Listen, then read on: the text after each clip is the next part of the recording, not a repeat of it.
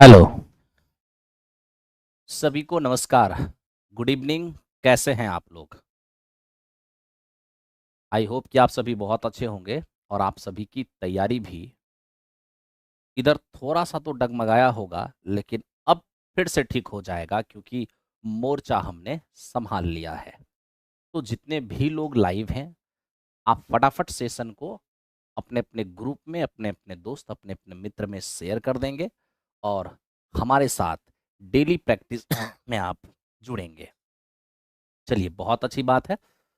तो आइए मेरे दोस्त, आज के सेशन की हम शुरुआत करते हैं। चाहे आप 1 to 5 हो, चाहे आप 6 to 8 या 9 10, आई मीन अगर आपने बीपीएससी की प्रिपरेशन करना स्टार्ट किया है या कर रहे हैं, तो आप बीपीएससी वाले हैं, आप रेलवे वाले हैं, आप एसएससी वाले हैं, ये हिंदुस्तान का नंबर 1 मैथ्स अभ्यास है।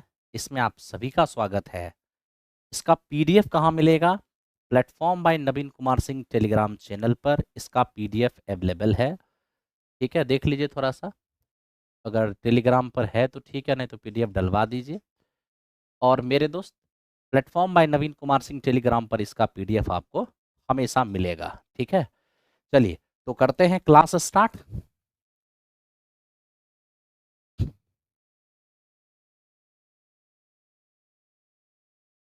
फर्स्ट क्वेश्चन, आज का फर्स्ट क्वेश्चन है 6y² - 13y + 6 = 0 एक द्विघात समीकरण, एक क्वाड्रेटिक इक्वेशन है।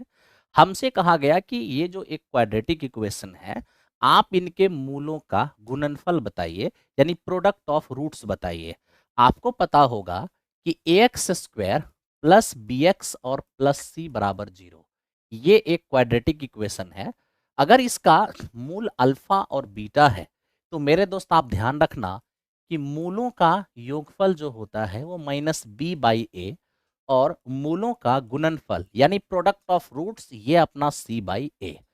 तो देखिए, आज अगर हम प्रोडक्ट ऑफ रूट्स यहां से निकाल लें, तो देखो ना, c किसे कहते हैं? अचर पद को, वो हमारा 6 है मेरे दोस्त। a किसे कहते हैं? स्क्वायर वाला का गुणांक। तो स्क्वायर वाला का गुणांक कितना है? 6। तो मेरे दोस्त सिंपल सा इस क्वेश्चन का आंसर 1 हो जाएगा। ऑप्शन नंबर ए इस क्वेश्चन का आंसर हो गया है। ठीक है, चलिए बहुत अच्छी बात है, सभी लोग बना पा रहे हैं, सभी लोग का आंसर आ रहा है। वेरी नाइस, ये था हमारा फर्स्ट क्वेश्चन। आइए अब हम सेकेंड क्वेश्चन की ओर चलते हैं। देखो, सेकेंड क्वेश्चन क्या है हमारा? किसी वृत्त की दो जीवाएं ए बी और सी डी वृत्त के बाहर किसी बिंदु एफ पर प्रतिच्छेद करती है। एफ का मान 12, बी एफ का मान 4, सी एफ का मान 16, तो सी डी का मान क्या होगा? ये मेरे दोस्त सेकेंड कंसेप्ट है। सेकेंड कंसेप्ट का मतलब ये हुआ कि एक आपके पास सर्कल है और इसकी एक जीवा, ये रही इसकी दूसरी जीवा। और मेरे दोस्त, दोनों ही जीवा आप ध्यान से अगर देखो, तो क्वेश्चन हमें यह कहा कि एक जीवा हमारा ए बी है और मेरे दोस्त एक जीवा हमारा सी डी है। ये दोनों ही जाकर सर्कल के बाहर कहाँ एक दूसरे से मिलते हैं? एफ पर मिलते हैं। एफ का मान 12 है, ये पूरा का पूरा आपका 12 दिया हुआ है। ठीक है मेरे दोस्त, यहां से यहां पूरा आपका 12 दिया हुआ है, साथ ही साथ बी एफ आपका 4 दिया हुआ है। सी एफ, ये पूरा है आपका सी एफ, ये दिया है 16। और मेरे दोस्त डीएफ नहीं मालूम है, आपसे मांगा क्या है? सीडी बताइए। आपको घबराने की कोई जरूरत नहीं है। आप मेरे दोस्त, अगर पूरा सीडी मांगा है, सीडी को एक्स मान लें, तो पूरा 16 में अगर ये एक्स है, तो क्या ये 16 - एक्स होगा? आप कहोगे हाँ जी सर। अब मेरे दोस्त आप लगा दो सेकेंड कंसेप्ट। सेकेंड कंसेप्ट क्या होता है? पूरा सीकेंट, पूरा सीकेंट लाइन यानी कि एफ इंटू बाहरी सीकेंट यानी कि ये हमारा बी एफ बराबर पूरा सीकेंट सी एफ और इंटू बाहर का सीकेंट, ये आपका मेरे दोस्त क्या होगा? डी एफ हो जाएगा। तो ये पूरा यहाँ पर 12 और ये डी एफ बी एफ हमारा 4 हो जाएगा। ये पूरा हमारा 16 है और मेरे दोस्त ये, तो ये हमारा 16 - एक्स है। आप अगर देखें 48, 16 3 48, ये हो जाएगा 3 और बराबर 16 - एक्स। तो एक्स का मान यहां से क्या आ जाएगा? 13 आ जाएगा। तो इस क्वेश्चन का आंसर आपका 13 हो जाएगा। आई होप कि आपको ये समझ में आया होगा। बहुत ही सिंपल और बहुत ही मजेदार। आइए अब हम चलते हैं क्वेश्चन नंबर नेक्स्ट।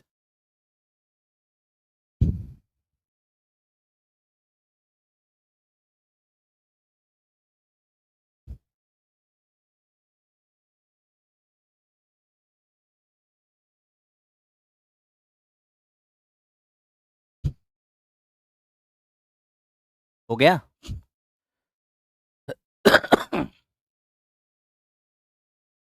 देखो,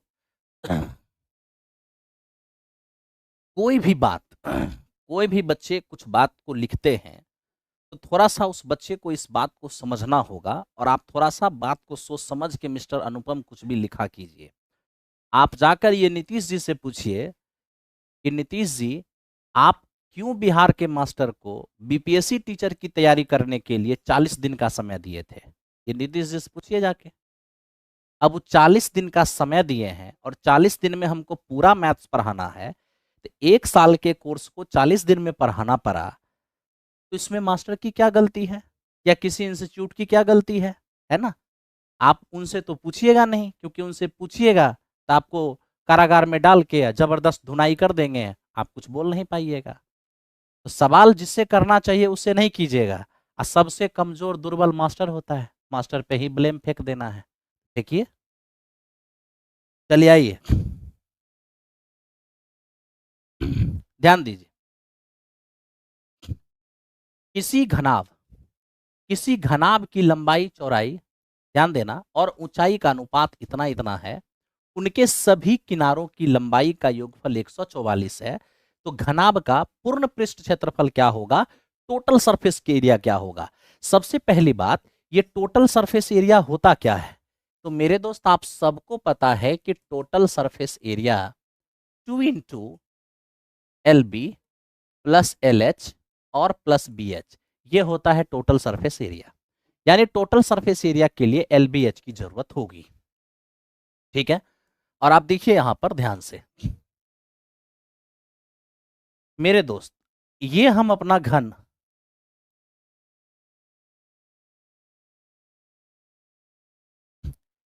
अरे ये प्लेटफॉर्म बाय नवीन कुमार सिंह ही है, जो सिलेबस समाप्त करने के बाद भी आपको प्रैक्टिस करवा रहा है। ठीक है, पता करके देख लो कि हर जगह करवाया जा रहा है क्या, समझ में आ जाएगा। आइए बात करें इस पर। ये हमारे पास एक घनाभ है, इसकी लंबाई चौड़ाई और ऊंचाई का रेशियो दिया हुआ है। ये लंबाई है, ये चौड़ाई है, और ये मेरे दोस्त हमारा ऊंचाई है। अगर हम अनुपात की राशि को यहाँ पर x मान लेते हैं, तो ये देखिए हमारा लंबाई, ये हमारा 4x हो जाएगा। ये चौड़ाई हमारा, मेरे दोस्त देखो, लंबाई 4x, चौड़ाई हमारा 3x है, और मेरे दोस्त ऊंचाई हमारा कितना है, तो ऊंचाई हमारा 5x है। अब आप देखिए, अगर ये 3x है तो ये भी 3x होगा, ये 3x है तो ये भी 3x होगा, ये 3x है तो आपका ये भी 3x होगा, ये आपका 4x है तो मेरे दोस्त ये भी आपका 4x ही होगा, ये भी आपका 4x ही होगा, और ये भी आपका 4x ही होगा। ठीक है, और ये 5x है तो मेरे दोस्त ये भी आपका 5x ही होगा, ये भी आपका 5x ही होगा, और ये भी आपका 5x ही होगा। इसका मतलब ये हुआ 4x भी 4 बार, 5x भी 4 बार, और 3x भी 4 बार। अगर हम सभी किनारों को जोड़ें, ठीक है, सभी किनारा का अगर हम योगफल निकालना चाहें तो क्या होगा, आप समझ रहे हैं?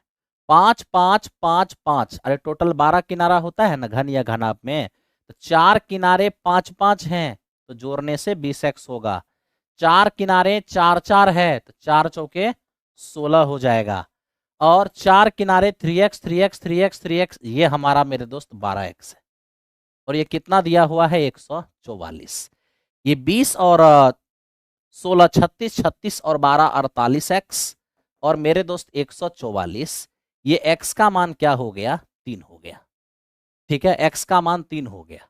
अब ये देखिए, ये हमारा लंबाई है, ये हमारा चौड़ाई है, ये हमारा ऊंचाई है। अगर x का मान 3 हो गया है तो 4 तिया 12 हो जाएगा लंबाई, 3 तिया 9 हो जाएगा चौड़ाई, और 5 तिया 15 हो जाएगा ऊंचाई। अब आप आराम से इसमें एडजस्ट कर लो। तो मेरे दोस्त ये आपका क्या हो जाना है, ये हो जाएगा 2 into L B. L B करोगे तो 12 नमे 108 हो जाएगा। एल एच 12 गुने 15 180 हो जाएगा। बी एच करोगे तो 9 गुने 15 135 हो जाएगा। अब यहां से हम देखें तो 2 और ये 8, 8 5 13 हो गया।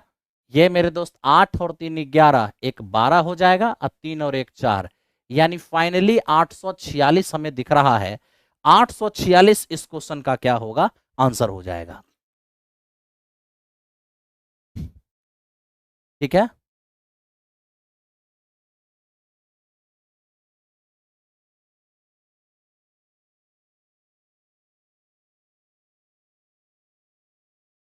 आइए।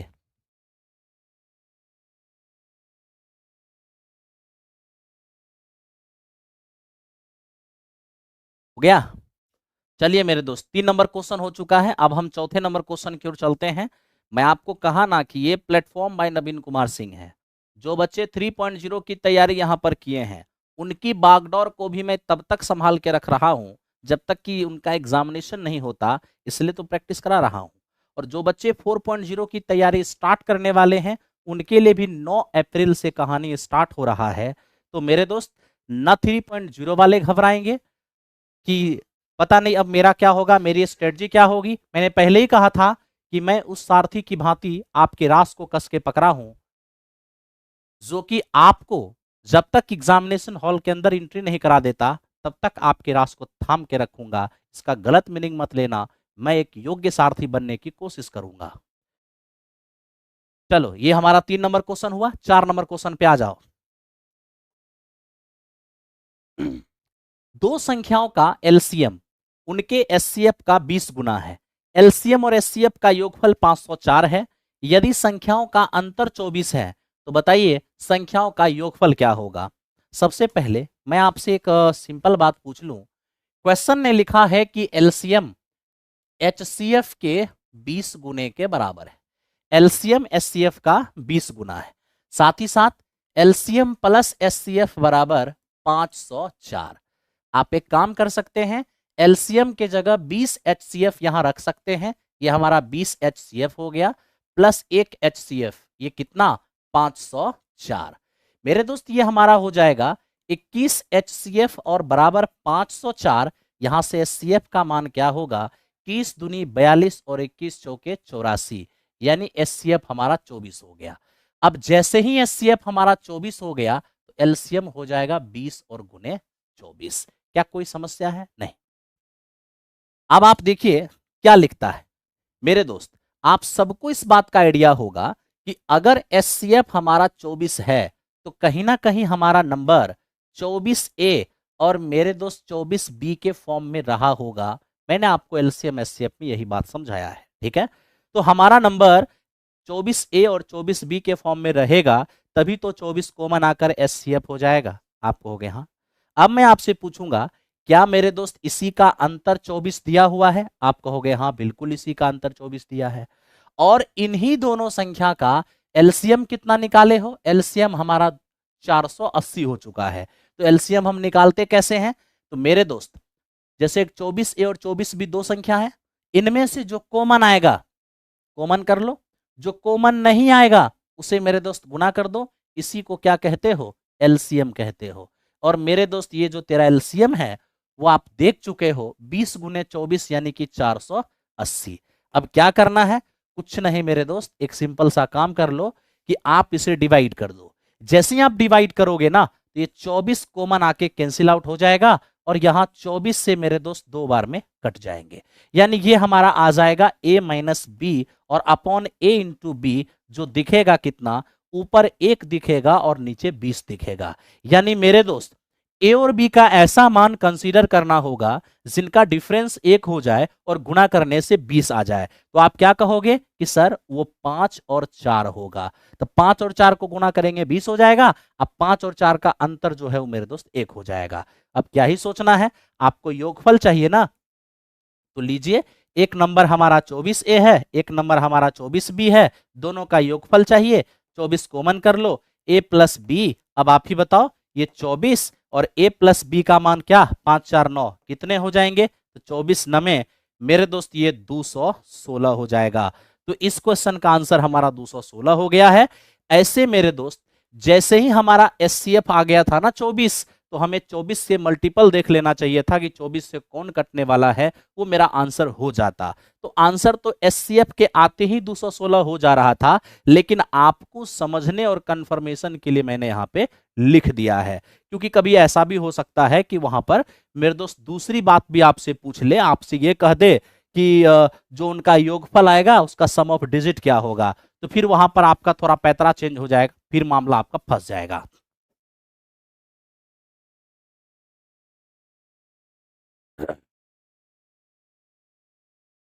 स्टॉक एंड शेयर 1 से 2 ही दिन में मेरे दोस्त हम आपको बता देंगे, ठीक है। स्टॉक एंड शेयर्स 1 से 2 दिन में हम आपको पढ़ा देंगे, टेंशन मत लीजिए।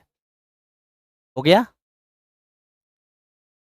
अरे आपको कहा ना कि ज्योमेट्री का भी और क्वेश्चन हम प्रैक्टिस करा देंगे, मेंसुरेशन का भी और क्वेश्चन प्रैक्टिस करा देंगे, आप टेंशन मत लो। अगर उन्होंने थोड़ा टाइम दिया है तो मैं कुछ कुछ क्वेश्चन जो है आपको प्रैक्टिस के रूप में करा दूंगा, ओके। हाँ, डोंट वरी। चलो अब इसको देखो, यह क्या है क्वेश्चन। देखो ये क्वेश्चन है, दो पाइप किसी टैंक को भरने में 15 और 12 घंटे का टाइम लेते हैं। एक तीसरा पाइप है जो टंकी को 4 घंटे में खाली कर सकता है। यदि इन पाइपों को क्रमशः 8, 9 और 11 बजे खोला जाए तो टैंक कितने समय के बाद खाली हो जाएगा। अब देखो यहां पर क्या है, दो पाइप मेरे दोस्त भरने वाले हैं और एक पाइप खाली करने वाले हैं। पहला भर सकता है 15 घंटे में, दूसरा भर सकता है 12 घंटे में, और तीसरा इसे इम्पटी कर सकता है, खाली कर सकता है, ठीक है, 4 घंटे में।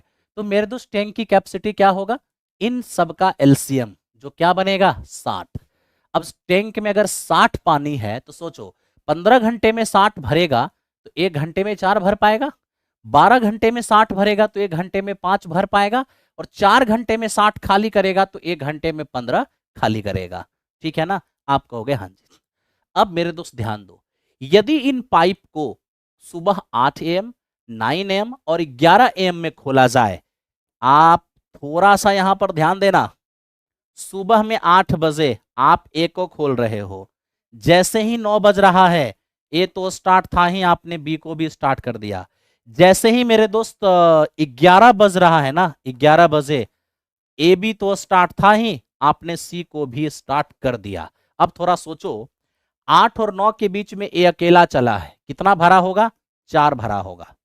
9 और 11 के बीच यानी कि 2 घंटा, 2 घंटा ए बी दोनों चला है, तो 4 और 5 9, 1 घंटा में 9, तो 2 घंटा में 18 भरा होगा। आप कहोगे हाँ सर। अब मेरे दोस्त क्या होगा, अब यहां पर ये तीनों एक साथ चलना स्टार्ट करेगा। तो जब तीनों एक साथ चलेगा ना, ये 4 और 5 9 भरेगा और ये 15 खाली करेगा, यानी मेरे दोस्त माइनस में 6 काम होगा प्रति घंटा।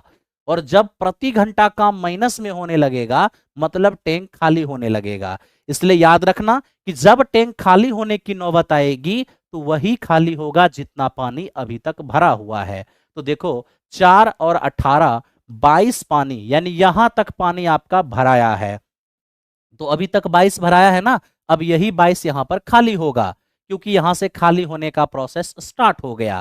तो भराया था 22, अब वही 22 खाली होगा, किस क्षमता से, 6 क्षमता से। मेरे दोस्त 1 घंटे में 6, तो 22 खाली होने में कितना टाइम लगेगा, तो ये आपका 11, 11/3। अब 11/3 करो, चाहे मेरे दोस्त डायरेक्ट ऐसे ही कर दो, 6 तिया 18, तो 3 घंटा पूरा पूरा बच जाएगा, 4/6। आप इसको मिनट में चेंज कर दो तो ये फाइनली आपका हो जाएगा 3 घंटे 40 मिनट। तो 3 घंटे 40 मिनट कब के बाद, मेरे दोस्त 11 बजे के बाद। तो अगर कोई 11 बजे में 3 घंटा 40 मिनट जोड़ेगा ना, तो उसे समझ में आ जाएगा कि 2 बज के 40 मिनट पर पूरी तरह से टैंक खाली हो जाएगी। इस क्वेश्चन का आंसर ऑप्शन नंबर डी हो जाएगा।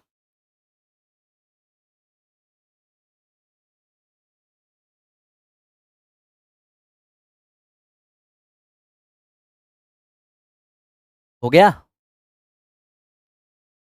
116 पेज की जो मटेरियल मैंने आप लोग को देकर भेजा था, मैं तो कल बता ही दिया था कि किसी कारण बस मुझे आउट ऑफ पटना होना पड़ गया, तो उसकी शुरुआत में और जो बिहार एसएससी और 1 to 5 के लिए था, उसकी शुरुआत 1 तारीख से करूंगा। उसके लिए मॉर्निंग में एक टाइम रखेंगे और रेगुलर मेरे दोस्त उस टाइम पर आपको करा देंगे। ओके, चलो।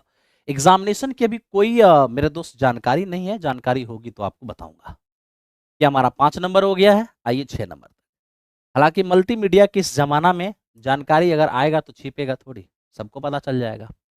अब देखो इस क्वेश्चन में क्या कह रहा है कि x का वह मान बताइए जिसके लिए ये द्विघात, ठीक है, ये द्विघात बहुपद अधिकतम हो जाएगा। तो मैं सबसे पहले एक बात बताऊं, ax² प्लस bx और प्लस c, ये एक क्वाड्रेटिक पोलिनोमियल है, द्विघात बहुपद है। ठीक है, आप बस इतना याद रखना एक नोट के रूप में, जो हमेशा मेरे दोस्त आपको काम देगा। x का वह मान, x का वह मान जिसके लिए, x का वह मान जिसके लिए कोई द्विघात समीकरण, जिसके लिए कोई द्विघात समीकरण या बहुपद मैक्सिमम हो या मिनिमम हो, चाहे मैक्सिमम हो और चाहे मिनिमम हो, x का वो मान क्या होगा, -b/2a। ठीक है, b क्या होता है, x का गुणांक, a क्या होता है, x² का गुणांक। आप इसको थोड़ा सा एडजस्ट कर लीजिए, तो देखिए -4x² -3x और +2 है। यहां पर कंपेयर करेंगे ax² bx और मेरे दोस्त c हो जाएगा। x का मान होगा -b/2a, तो ले आइए यहां पर -b के रूप में आपका है -3 और /2a, तो a देखिए आपका -4 है, यानी फाइनल रिजल्ट हो जाएगा -3/8। ये इस क्वेश्चन का आंसर हो गया, ऑप्शन नंबर सी।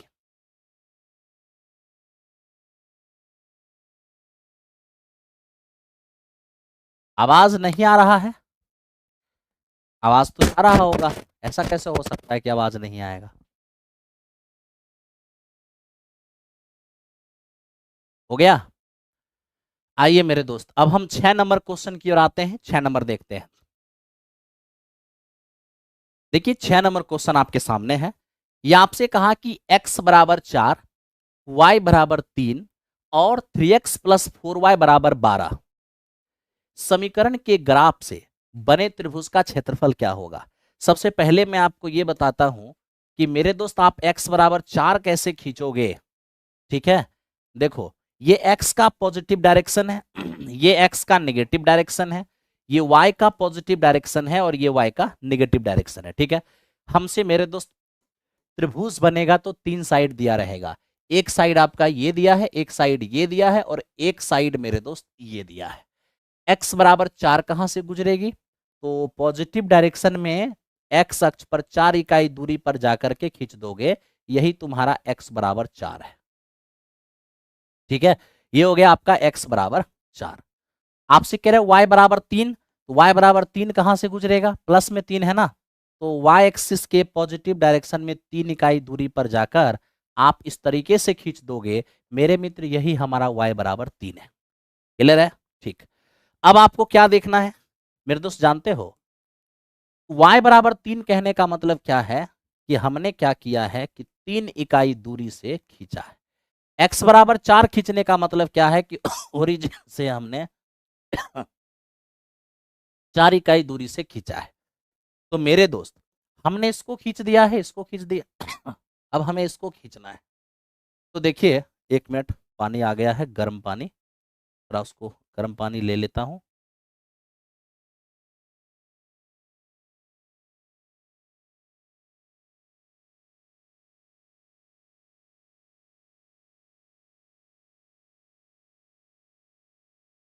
टेलीग्राम देखो यहाँ पे लिखा हुआ है, प्लेटफॉर्म बाय नवीन कुमार सिंह। ध्यान दो। अब मेरे दोस्त क्या करना है आपको, ये 3x + 4y और बराबर 12, अगर इसको क्वाड्रांट एक्सिस पर दिखाना है ना, तो आप एक काम कर सकते हो, इसे मेरे दोस्त आप x/a प्लस y/b और बराबर 1 पर ले आओ पहले। जैसे ही आप लेके आओगे यानी बराबर में 1 चाहिए तो हमको 12 से डिवाइड करना होगा। आप कहोगे हाँ, तो यहाँ से x/4 हो जाएगा, यहाँ से y/3 हो जाएगा और बराबर कितने होंगे, 1 हो जाएंगे। तो मेरे दोस्त इस तरीके से आपने ये देख लिया कि ये जो लाइन है ना, ये लाइन x को 4 पर काटेगा और y को 3 पर काटेगा। x को 4 पर तो 4 यहाँ है, y को 3 पर तो यहाँ है। इसका मतलब है कि ये इस प्रकार से गुजरेगी, इस तरीके से गुजरेगी। तो मेरे दोस्त देखो आपका त्रिभुज बनके तैयार हो चुका है। x बराबर 4, y बराबर 3 और ये 3x + 4y बराबर 12। तो मेरे दोस्त इसके बीच तो यही तो एरिया बनता है। आप कहोगे हाँ सर, तो यही एरिया बनता है, यही आपका त्रिभुज है, इसी का एरिया चाहिए। ये 4 है तो ये 4 हो जाएगा, ये 3 है तो ये 3 हो जाएगा। ये एक ऐसा समकोण त्रिभुज है जिसका आधार 4 और लंब 3 है। तो एरिया क्या होगा, जिस त्रिभुज का आधार और लंब मालूम हो तो 1/2 गुणे आधार गुणे लंब, आंसर कितना आ जाएगा, 6 आ जाएगा। तो लीजिए 6 इस क्वेश्चन का आंसर हो गया। चलिए बहुत बहुत बहुत अच्छे।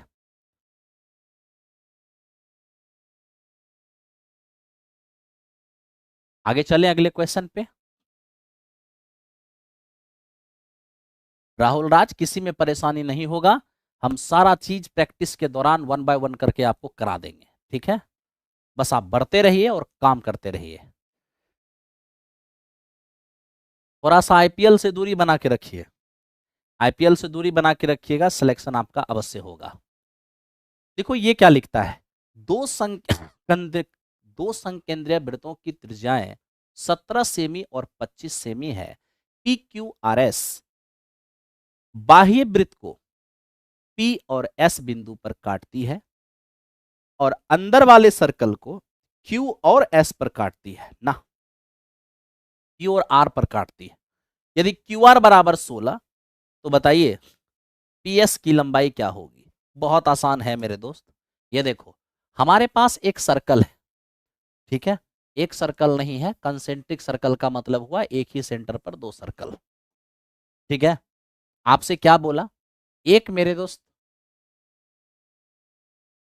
लाइन है जिसे आप पी क्यू आर और एस कह रहे हैं। पी और एस बाह्य वृत्त को काट रहा है, क्यू और आर बिंदु पर अंदर वाले वृत्त को काट रहा है। आपको ये बात अच्छी तरह पता है कि अंदर वाले की त्रिज्या कितनी है मेरे दोस्त, ये हमारा 17 है। अंदर वाले का त्रिज्या कितना है, एकदम ध्यान से देखना, ये आपका 17 है। और बाहर वाले का रेडियस कितना दिया है, ये आपका 25 दिया है। साथ ही साथ मेरे दोस्त ये हमारा क्यू आर जो है ना 16 दिया है, ठीक है। आपसे मैं एक बात पूछता हूँ, क्या वृत्त के केंद्र से अगर आप जीवा पे लंब डालते हैं, कोड पे लंब डालते हैं, ये कोड हो जाएगा बाइसेक्ट, यानी पूरा 16 जो है ना 8 और 8 हो जाएगा। अब जानते हैं ये एक समकोण त्रिभुज है और आपको पता है कि 8, 15 और 17 एक ट्रिपलेट है, जिसमें ये 8 है, ये 17 है, तो ये क्या हो जाएगा, 15 हो जाएगा, है ना। साथ ही साथ मेरे दोस्त ये भी समझें कि ये जो लंब डाला हुआ है ना, पीएस जीवा पे भी डाला हुआ है, तो आपका पीएस भी क्या हो जाएगा, बिल्कुल मेरे दोस्त बाइसेक्ट हो जाएगा। जितना यहां से यहां की दूरी होगी उतना ही यहां से यहां की दूरी होगी। अब आप दिमाग लगा सकते हैं, ये बड़े से समकोण त्रिभुज में अगर हम चलें जिसका कर्ण है 25 और लंब है 15, तो 25 और ये 15 है, तो आपको पता होना चाहिए 15, 20 और 25 ये होता है ट्रिपलेट। तब तो 15, 25 तो ये क्या होगा 20, ये आपका 20 हो जाएगा। और ये जब 20 हुआ तो ये भी 20 हो जाएगा, यानी पूरा का पूरा पीएस आपका कितना हो जाएगा, 40 हो जाएगा। तो मेरे दोस्त इस तरीके से इस क्वेश्चन का आंसर आपका 40 हो चुका है।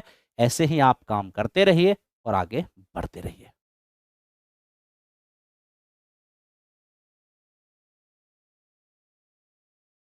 हो गया। चलिए मेरे दोस्त, ये था हमारा 8 नंबर क्वेश्चन। अब हम 9 नंबर क्वेश्चन की ओर चलते हैं। अंकिता जी कह रहे हैं कि एम राइट। हाँ हाँ, आपका आंसर बिल्कुल सही है। अब देखिए फिर से एक एडवांस मैथ्स का ही क्वेश्चन है। यदि साइन 60 माइनस क्यू बराबर कॉस वाई माइनस 30, तो टेन वाई माइनस क्यू का मान क्या होगा। मान लें कि ये 60 माइनस क्यू और y माइनस 30 दोनों एक्यूट एंगल है, न्यून कोण है।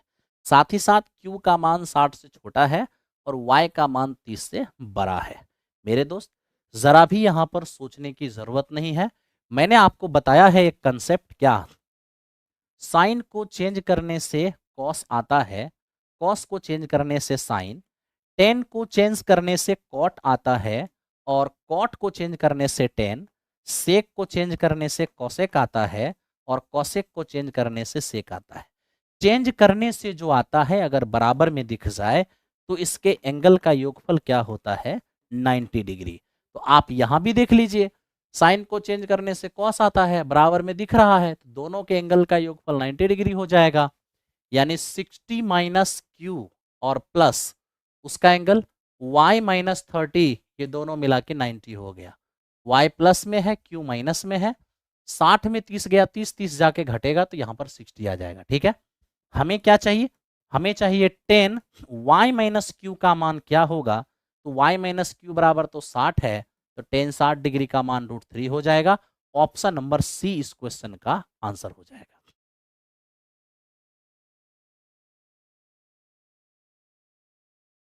चलिए, बहुत अच्छी बात है।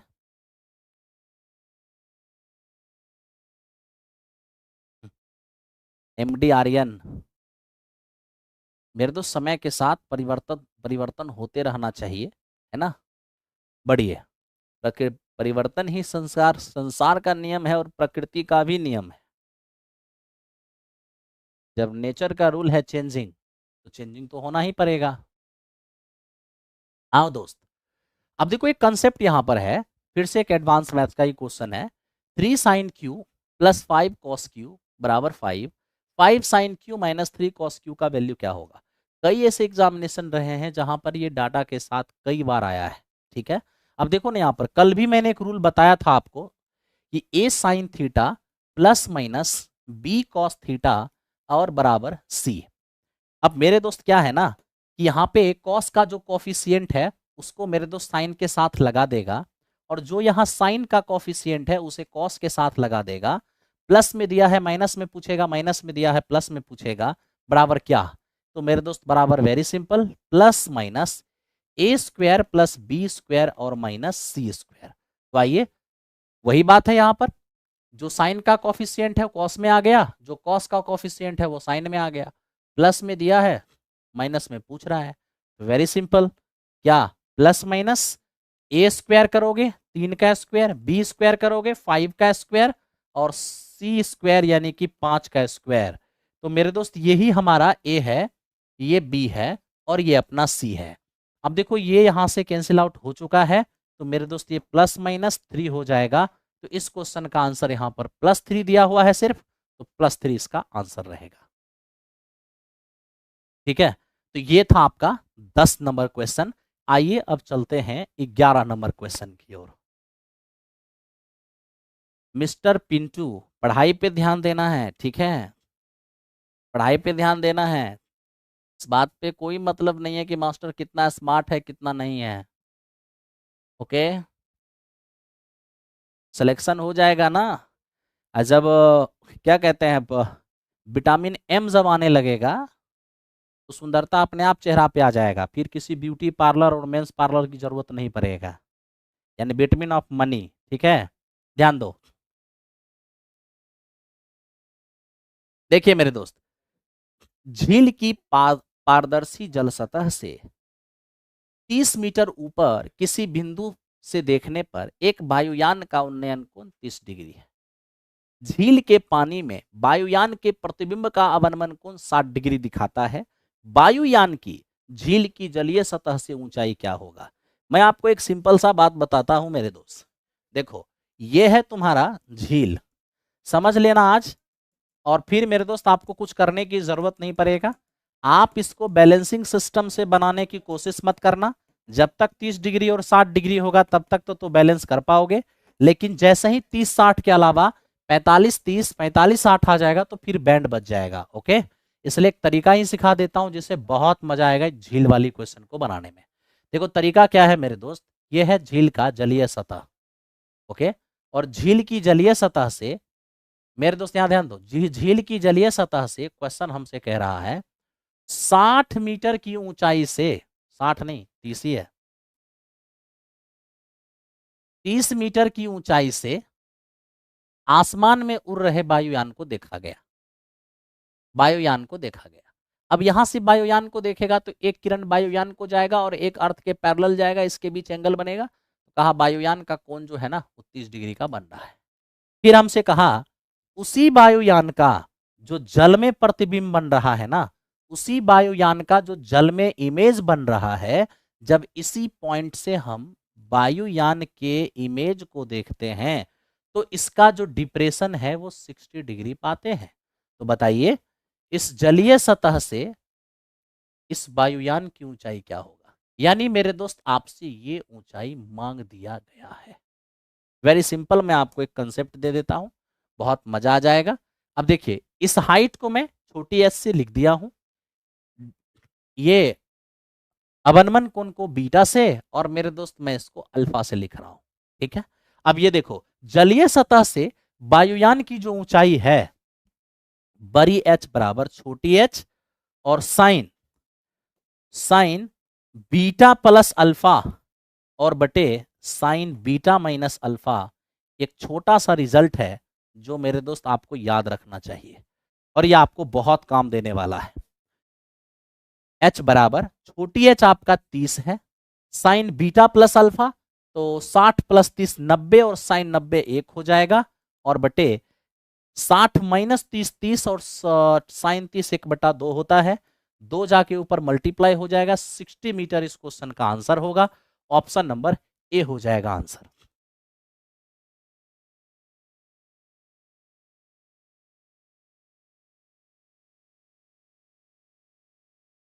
अच्छा हम थोड़ा बड़ा लिखेंगे, डोंट वरी। हो गया। चलिए अब हम चलते हैं 12 नंबर क्वेश्चन की ओर। मेरे दोस्त जो लगातार अभ्यास करेंगे ना सिलेक्शन उन्हीं का होगा, और जो ये सोचेंगे कि अरे चल रहा है किसी तरह हो न जाएगा, तो किसी तरह में कुछ नहीं होता है। ठीक है, तो चलिए 12 नंबर क्वेश्चन देखते हैं ये क्या है। मेरे दोस्त 12 नंबर क्वेश्चन कह रहा है कि cos A into cos X into cos Y plus sine X into sine Y बराबर -1। तो बताइए cos X plus cos Y का मान क्या होगा। आप लोग को शायद अगर पता हो, इसको आपने अगर पढ़ा होगा, तो आपको बताया था मैंने कि कॉस ए कॉस बी प्लस साइन ए साइन बी ये होता है कॉस ए माइनस बी। ठीक है, अब मेरे दोस्त इस पार क्या है -1। आपको ये पता होना चाहिए कॉस एक्स माइनस वाई।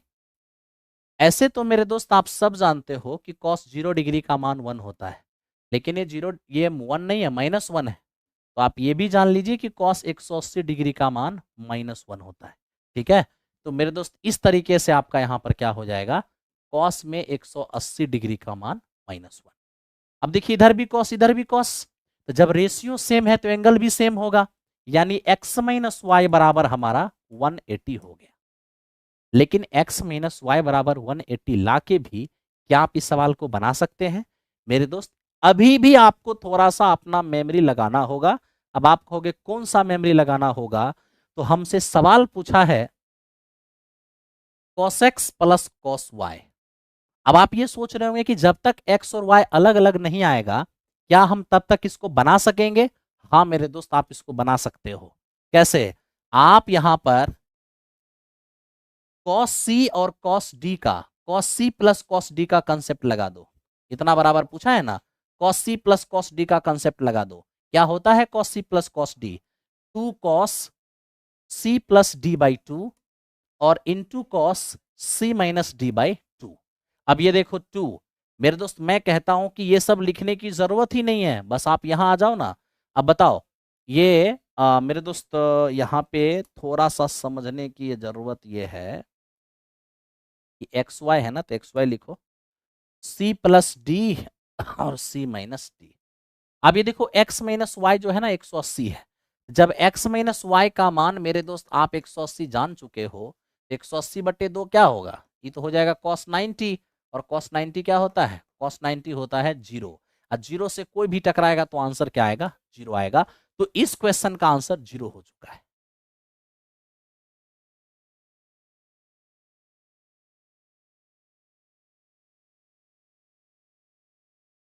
आइए आगे बढ़ते हैं क्वेश्चन नंबर नेक्स्ट। हाँ मेरे दोस्त, 15 से 20 क्वेश्चन अर्थमेटिक का रहेगा और दोस्त मेरे 10 से 12 क्वेश्चन एडवांस का रहेगा। आगे अर्थमेटिक का होगा, आप थोड़ा पेशेंस रखिए, देखते हैं। आइए क्वेश्चन नंबर नेक्स्ट। अब देखिए मेरे दोस्त, आ गया ना अर्थमेटिक का क्वेश्चन। आप कह रहे थे अर्थमेटिक एक भी नहीं आ रहा है, ये 1200 है।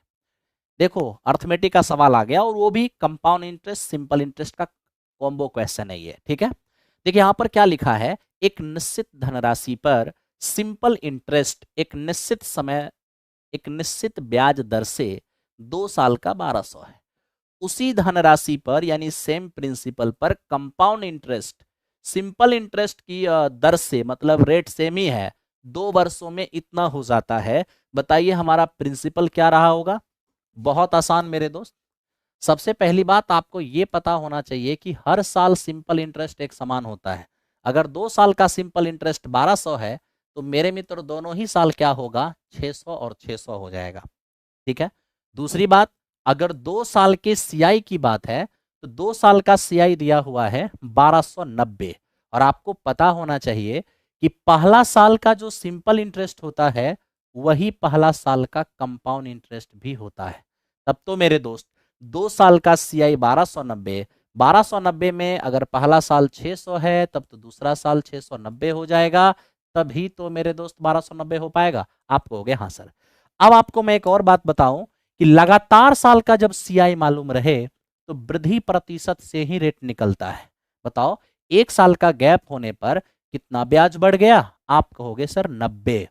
किससे, 600 से, और इंटू 100। तो मेरे दोस्त इस तरीके से आप देख रहे हो 15% की वृद्धि हो रही है और 1 साल में जितने प्रतिशत की वृद्धि होगी वही तुम्हारा रेट प्रतिशत होगा। तो इस प्रकार मेरे दोस्त हमने रेट प्रतिशत यहां पर फाइंड कर लिया है, लेकिन हमें चाहिए प्रिंसिपल। अब आपको प्रिंसिपल चाहिए तो एक छोटी सी लॉजिक आपको यहां याद रखना होगा कि रेट क्या होता है। रेट 1 साल का सीआई या एसआई का प्रतिशत मान होता है। तो ये जो रेट है ना 15%, ये मेरे दोस्त 1 साल के सीआई या एसआई का परसेंटेज मान होता है। तो अगर ये 1 साल का सीआई या एसआई है तो मेरे दोस्त वो है कितना, तो वो आपका 600 है। तो 15 का मान अगर 600 है तो एक का मान 40 हो जाएगा। तो मेरे दोस्त 100% का मान क्या होगा, ये आपका 4000 हो जाएगा। तो इस क्वेश्चन का आंसर 4000 होगा। उम्मीद करते हैं कि सभी लोग समझ रहे होंगे। चलिए बहुत अच्छी बात है, लगातार आप लोग बना पा रहे हैं और समझ रहे हैं।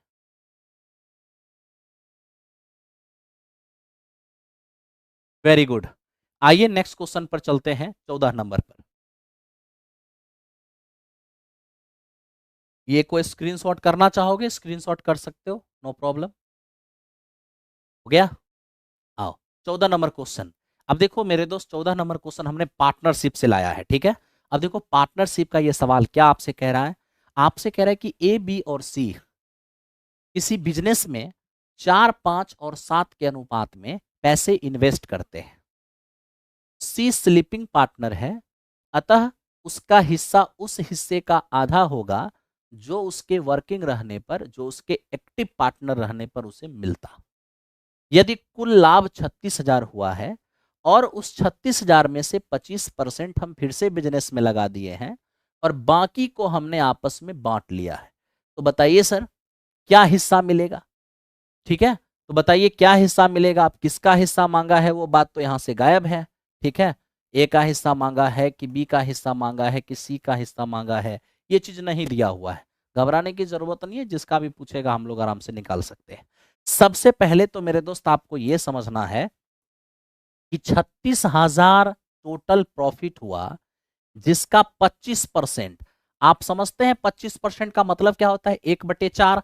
तो मेरे दोस्त तो 36,000 का 1/4 करेंगे तो 9,000। 9,000 को क्या किया गया है, पुनः निवेश किया गया है, फिर से इन्वेस्ट किया गया है बिजनेस में। तो आप 36,000 में 9,000 हटा दीजिए तो बचेगा कितना, 36,000 में 9,000 हटा दीजिएगा तो 27,000 बचेगा। और इस 27,000 को क्या करना है मेरे दोस्त, इसको आपस में बांटना है, ठीक है।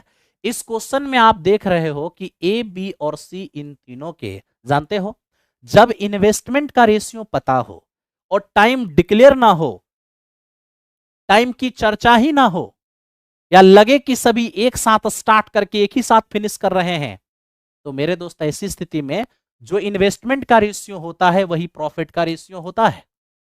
तो देखिए, जो इन्वेस्टमेंट का रेशियो होता है वही हमारे प्रॉफिट का भी रेशियो होता है। ठीक है, तो आप देख लो थोड़ा सा, क्या है आपके इन्वेस्टमेंट का रेशियो मेरे मित्र, 4:5:7, ये है हमारे इन्वेस्टमेंट का रेशियो। और आज यही हमारे प्रॉफिट का भी रेशियो होगा क्योंकि टाइम डिस्टरबेंस है ही नहीं। चलिए, बहुत अच्छी बात। तो जो हमारे इन्वेस्टमेंट का रेशियो है वही हमारे प्रॉफिट का रेशियो होगा। लेकिन मेरे दोस्त एक बात यह है, ए को 4, बी को 5, सी को 7 रेशियो तो तब मिलेगा ना जब तीनों ही एक्टिव पार्टनर होंगे। लेकिन यहां पर सी स्लीपिंग पार्टनर है, जिसके कारण इसको एक्टिव रहने पर जो मिल रहा है उसका आधा मिलेगा। ये मैं नहीं कह रहा हूं, ये क्वेश्चन कह रहा है। ठीक है, अब यहां 2 आ गया ना, तो सबसे पहले नीचे से 2 हटाना होगा, इसके लिए 2 से गुणा करना होगा। तो 2 से गुणा करोगे ये 8 हो जाएगा, ये आपका 10 हो जाएगा, और मेरे दोस्त ये आपका 7 हो जाएगा। क्या कोई प्रॉब्लम है? नो। अब हम आपसे ये कह रहे हैं कि ए को मेरे दोस्त 8 मिलेगा, बी को मेरे दोस्त 10 मिलेगा, और सी को मेरे दोस्त 7 मिलेगा। ठीक है, हमसे किसका हिस्सा मांगा है? अब मान लो मेरे दोस्त कि हमसे अगर ए का ही हिस्सा मांगा हो तो ए को क्या मिलेगा? 8 मिलेगा। कितना में से? 25 में से। तो जरा बताइए 27,000 में क्या मिलेगा?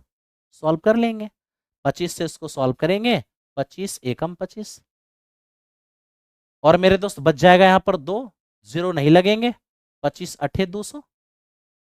तो यहां पर आपको इस तरह से दिखेगा 1080। अब मान लो कि यहां पर मेरे दोस्त ए ना मांग के, अगर हमें इस क्वेश्चन में ए का लाभ ना मांग के सी का लाभ मांग देता तो सी को क्या मिलेगा? या सॉरी, बी का लाभ मांग देगा तो बी को क्या मिलेगा? तो आप कहोगे सर बी को 10 मिलेगा। बी को 10 मिलेगा, कितना में? 25 में। सी को क्या मिलेगा? 7, कितना में? 25 में। ए को क्या मिलेगा? 8, कितना में? 25 में। आप सॉल्व कर लीजिए। अब सॉल्व जैसे ही करिएगा 10,800 इस क्वेश्चन का आंसर होगा। ऑप्शन नंबर बी हो जाएगा।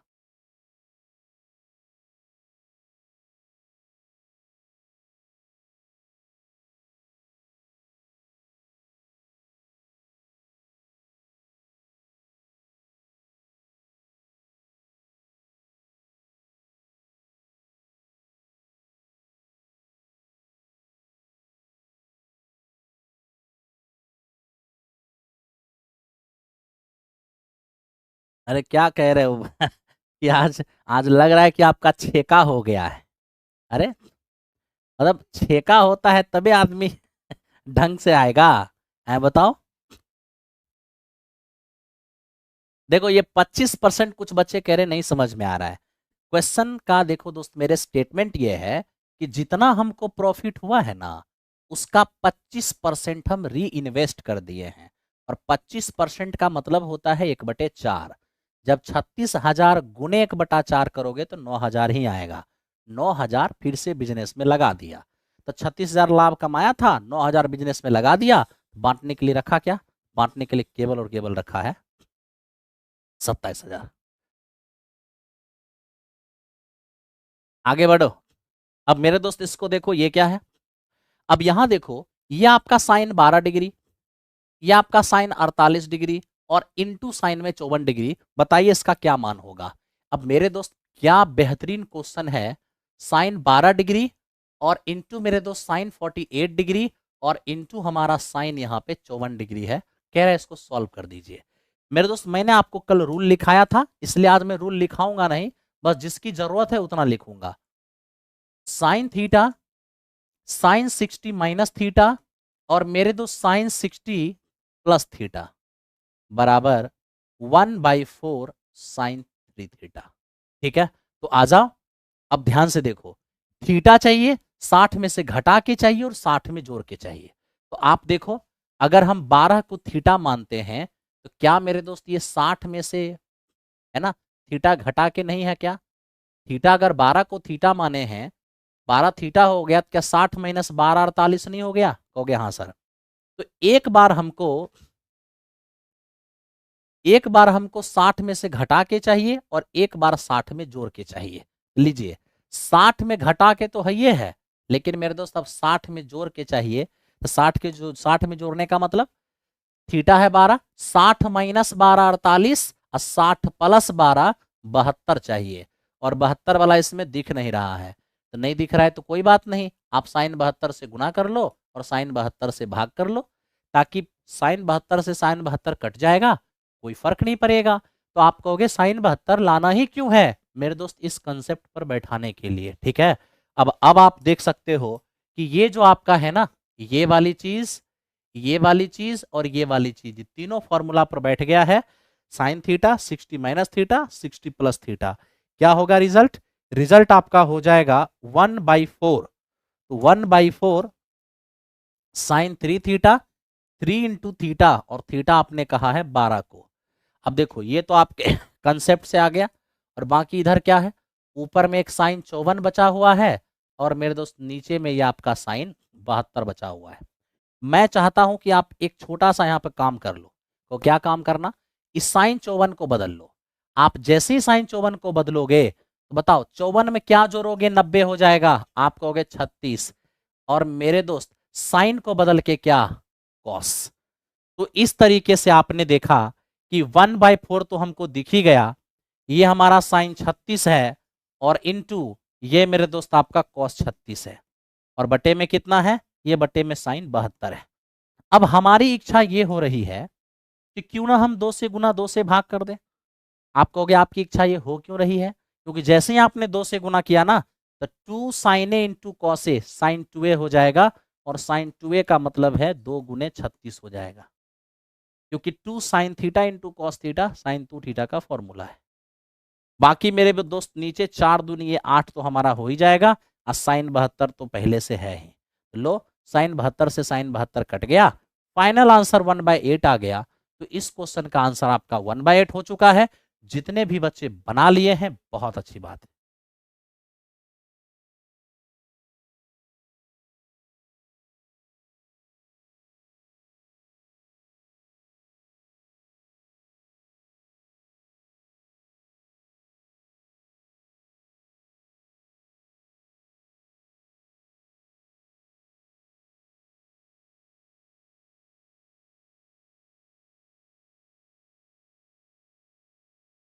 अरे हम स्टॉक एंड शेयर्स करा देंगे, बोले तो करा देंगे। तुम डिसाइड कैसे कर सकते हो कि ये क्वेश्चन नहीं आएगा, हैं? ध्यान दो, एग्जाम हुआ अभी 6 to 8 का, देखा क्या क्वेश्चन आया, जो क्लास में कराया गया वही तो क्वेश्चन आया है। वो अपने से डिसाइड करने लग जाओगे तब तो जुल्म ही हो जाएगा। आओ देखो, दो वृत्तों की त्रिज्याएं 3 सेमी और 4 सेमी है, दोनों वृत्तों के केंद्र के बीच की दूरी 10 सेंटीमीटर है, तो उभयनिष्ठ स्पर्श रेखा तथा अनुप्रस्थ अनुस्पर्श रेखा की लंबाई का अनुपात क्या होगा। मेरे दोस्त यहां पर थोड़ा सा आपको कंसेप्ट की जरूरत है। अब आप कहोगे कैसा कंसेप्ट, ये देखो थोड़ा दिखाता हूं कंसेप्ट को। मेरे दोस्त कॉमन टेंजेंट, ठीक है, उभयनिष्ठ स्पर्श रेखा, जानते हो ये कॉमन टेंजेंट मुख्य रूप से दो प्रकार का होता है। एक होता है direct common tangent, direct common tangent, और मेरे दोस्त एक होता है transverse common tangent, transverse common tangent. ठीक है, ये जो डायरेक्ट कॉमन टेंजेंट है,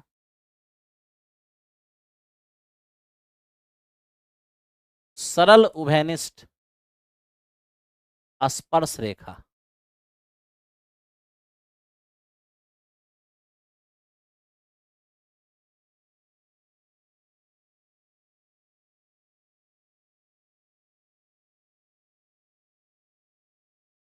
ट्रांसवर्स कॉमन टेंजेंट का मतलब होता है अनुप्रस्थ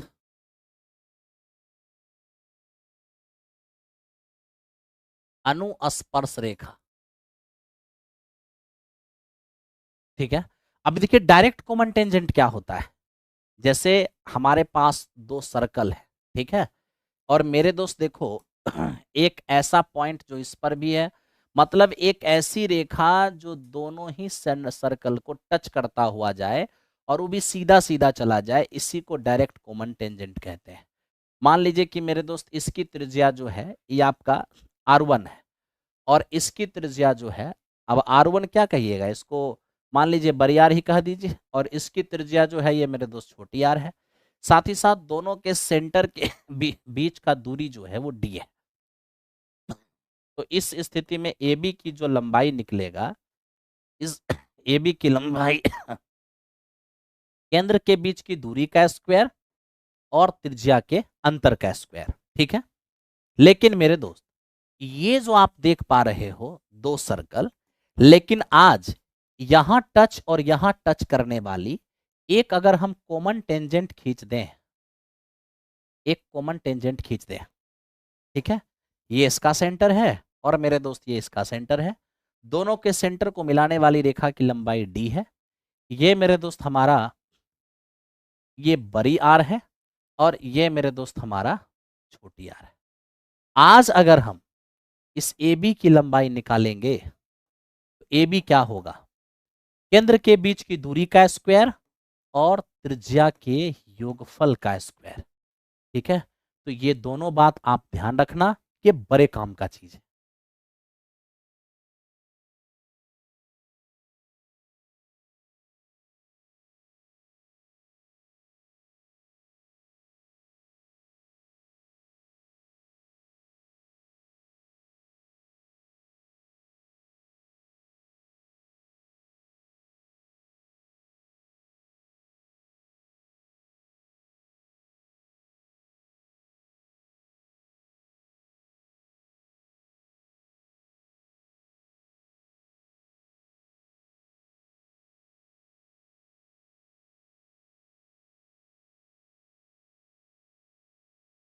चलो हो गया, आओ स्क्रीनशॉट कर लिए। अरे भाई लोग थोड़ा पढ़ लिख लो ना, तुम मेरे शादी के पीछे काहे पड़ा हुआ है? मीडिएटर बनने का शौक है? मीडिएटर बाद में बनना, अभी बेरोजगार हो, कोई बात का वैल्यू ऐसे भी नहीं देगा, मीडिएटर बन के क्या फायदा, बताओ। अब ये मत कहना कि हम तुमको बेइज्जत कर दिए, वो बताए जो वास्तविकता में हो जाता है। देखो तुम्हारे पास एक सर्कल है, उसने बड़ी स्पष्ट तरीके से इस क्वेश्चन में पूछ दिया है। इसमें उसने कहा है कि सरल, लेकिन पहला क्या बोला है, उभयनिष्ठ स्पर्श रेखा, सरल उभयनिष्ठ स्पर्श रेखा मेरे दोस्त पहला। ठीक है। और दूसरा अनुप्रस्थ उभयनिष्ठ स्पर्श रेखा, दोनों की लंबाई आपसे पूछा है। तो इस AB को अगर हम मेरे दोस्त डायरेक्ट कॉमन टेंजेंट कहें, ठीक है, और थोड़ा देखते रहना, और ये जो हमारा मेरे दोस्त इसी में अगर ये PQ है और इसको अगर हम डायरेक्ट को अनुस्पर्श अनुप्रस्थ अनुस्पर्श रेखा कहें, ट्रांसवर्सल, ये ध्यान दो, ट्रांसवर्सल बोल रहे हैं, transverse common tangent, direct common tangent. तो आपसे ये कहा है कि डायरेक्ट कॉमन टेंजेंट और ट्रांसवर्स कॉमन टेंजेंट, ये दोनों का रेशियो बताइए। तो डायरेक्ट कॉमन टेंजेंट क्या होता है मेरे दोस्त, ये होता है केंद्र के बीच की दूरी का स्क्वायर और त्रिज्या के अंतर का स्क्वायर। ठीक है। अब यहां देखो, ये जो PQ देख रहे हो, केंद्र के बीच की दूरी का स्क्वायर और मेरे दोस्त त्रिज्या के योगफल का स्क्वायर। ठीक है। अब आप यहां देख लो, सेंटर के बीच का डिस्टेंस कितना है, 10, तो 10 का स्क्वायर तो 100 हो जाएगा। एक है त्रिज्या 4, एक है 3, तो 4 में 3 जाएगा, तो मेरे मित्र 1 हो जाएगा, 1 का स्क्वायर तो 1 ही होगा, तो ये आपका हो जाएगा √99। और इधर हम देख रहे हैं सेंटर के बीच का डिस्टेंस तो 10 ही रहना है, 10 का स्क्वायर 100 हो जाएगा, त्रिज्या को जोड़ना है, 4 3 7, 7 का स्क्वायर 49 हो जाएगा। तो आप यहां देखोगे कि आपका √51 हो गया। यानी इस क्वेश्चन का जो आंसर है कायदे से अगर देखा जाए तो इधर मेरे दोस्त हमें 51 दिख रहा है और इधर हमारा 99 दिख रहा है। ठीक है। अब हम इसको अगर थोड़ा सा छोटा करना चाहेंगे, क्या 99 को हम √3 गुने √33 लिख सकते हैं? आप कहोगे हाँ।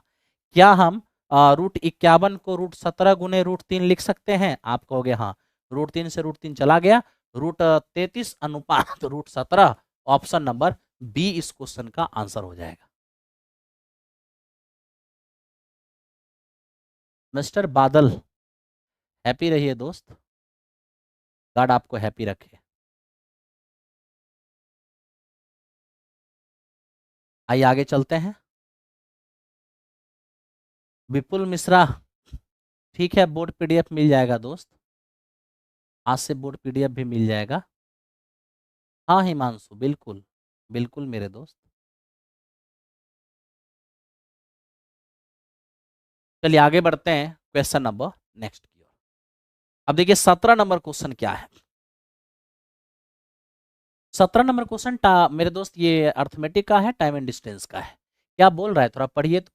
एक आदमी अपने कार्यालय तक पहुंचने के लिए रेलगाड़ी और मेरे दोस्त कार से यात्रा करता है।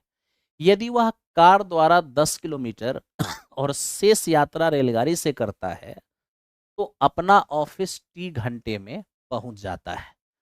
यदि वह इसके बिल्कुल विपरीत करता है तो ऑफिस टी प्लस 0.5 घंटे में पहुंचता है। यदि रेलगाड़ी और कार की चाल 50 और 40 है तो ऑफिस तक पहुंचने के लिए वह कितनी दूरी तय करेगा? सबसे पहले मैं आपको एक चीज बताता हूं। क्या मेरे दोस्त बात यहां यह है, यहां देखना कि कोई डिस्टेंस, हम तो यही पूछा है कि ऑफिस से कितनी दूरी तय करता है ऑफिस तक में। तो मेरे दोस्त कार्यालय, घर से कार्यालय अगर जाएगा तो कितना दूरी जाएगा मुझे नहीं पता, मान लेते हैं टोटल दूरी डी है। आप कहोगे हाँ सर। ये डी दूरी ट्रेवल करता है दो तरीके से, एक ट्रेन से करता है और मेरे दोस्त कार से करता है। क्वेश्चन ये कहा कि जब टोटल दूरी में 10 किलोमीटर कार से जाएं और बाकी दूरी ट्रेन से, तो डी में से 10 अगर कार से चला जाएगा तो D-10 ट्रेन से जाएगा। तो कह रहे हैं इसको टाइम कितना लगता है? टी घंटे का टाइम लगता है। अब क्वेश्चन कहा कि अगर वो इसके बिल्कुल विपरीत करता हो, यानी जो दूरी कार से जा रहा था उसको अगर वो ट्रेन से चला जाए और जो दूरी वो ट्रेन से जा रहा था उसको अगर वो कार से चला जाए, तो ऐसी स्थिति में उसको क्या टाइम लगेगा? तो मेरे दोस्त पहले से 0.5 ज्यादा टाइम लगेगा। ठीक है, अब आपको स्पष्ट, आप सभी जानते हैं कि समय बराबर दूरी बटे चाल होता है। ट्रेन की चाल 50 है, कार की चाल 40 है। ट्रेन के द्वारा तय की गई दूरी बटे ट्रेन की चाल, कार के द्वारा तय की गई दूरी बटे कार की चाल, ट्रेन के द्वारा तय की गई दूरी बटे ट्रेन की चाल और कार के द्वारा तय की गई दूरी बटे कार की चाल। मेरे मित्र, दूरी बटे चाल समय, दूरी बटे चाल समय दोनों समय मिलकर टी घंटे, दूरी बटे चाल समय, दूरी बटे चाल समय दोनों समय मिलकर के टी प्लस 0.5। ठीक है, अब मेरे दोस्त हमें क्या चाहिए? टोटल दूरी यानी डी का मान चाहिए। तो अगर डी का मान चाहिए तो आप एक काम कर लो मेरे दोस्त, आप इसको घटा दो। हम घटाने क्यों बोल रहे हैं? ताकि प्लस में टी और माइनस में टी खत्म, एक वेरिएबल खत्म हो गया, क्योंकि यहां पर दो दो वेरिएबल था, एक हमारा डी भी था, एक हमारा टी भी था। घटाते ही टी खत्म हो गया, अब केवल एक वेरिएबल डी रह गया, जिसको निकालना बहुत आसान है। कैसे? आप एलसीएम ले लीजिए, 50-40, 50-40 का एलसीएम हो जाएगा 200, 50 चौको 200, तो 4 से गुना होगा, ये आपका 4D और माइनस का 40 हो जाएगा। अब देखिए यहां प्लस है, आप प्लस दे दीजिए, 40 पंचे 200, तो 5 से गुना होगा थी 50 हो जाएगा, देखते रहना। अब मेरे दोस्त माइनस है तो माइनस दीजिए, 50 चौको तो 4 से इसको गुना कर देंगे 40 हो जाएगा, माइनस है तो माइनस दीजिए, 40 पचे 5 से गुना कर दोगे, ये आपका 5D और माइनस का मेरे दोस्त 50 हो जाएगा। ठीक है, लेकिन आप यहां माइनस है ना, तो माइनस माइनस ये आपका प्लस हो जाएगा, और बराबर ये प्लस माइनस माइनस, और 0.5 का मतलब क्या होता है? 1/2 होता है। अब जो कटने उठने वाला है काट कुट लीजिए। अब देखिए मेरे दोस्त यहाँ पर हो क्या रहा है, 4D में 5D जाएगा तो माइनस का D आएगा, आप कहोगे हाँ। 50 50 100, 100 में 80 जाएगा तो प्लस 20 हो जाएगा, कहोगे हाँ। बराबर ये 2 से कटेगा मेरे दोस्त 100 बार में, 100 को -1 से गुना करेंगे तो -100 होगा, माइनस डी बराबर -120। मेरे दोस्त माइनस माइनस खत्म, डी का मान 120 आ गया, यानी आपके पास दूरी 120 हो गया।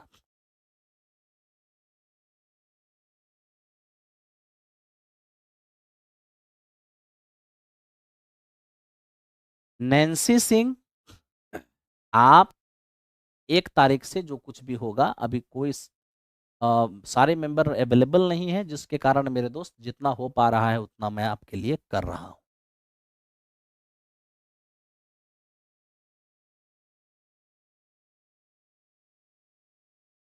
हो गया? चलिए अब चलते हैं अगले क्वेश्चन की ओर।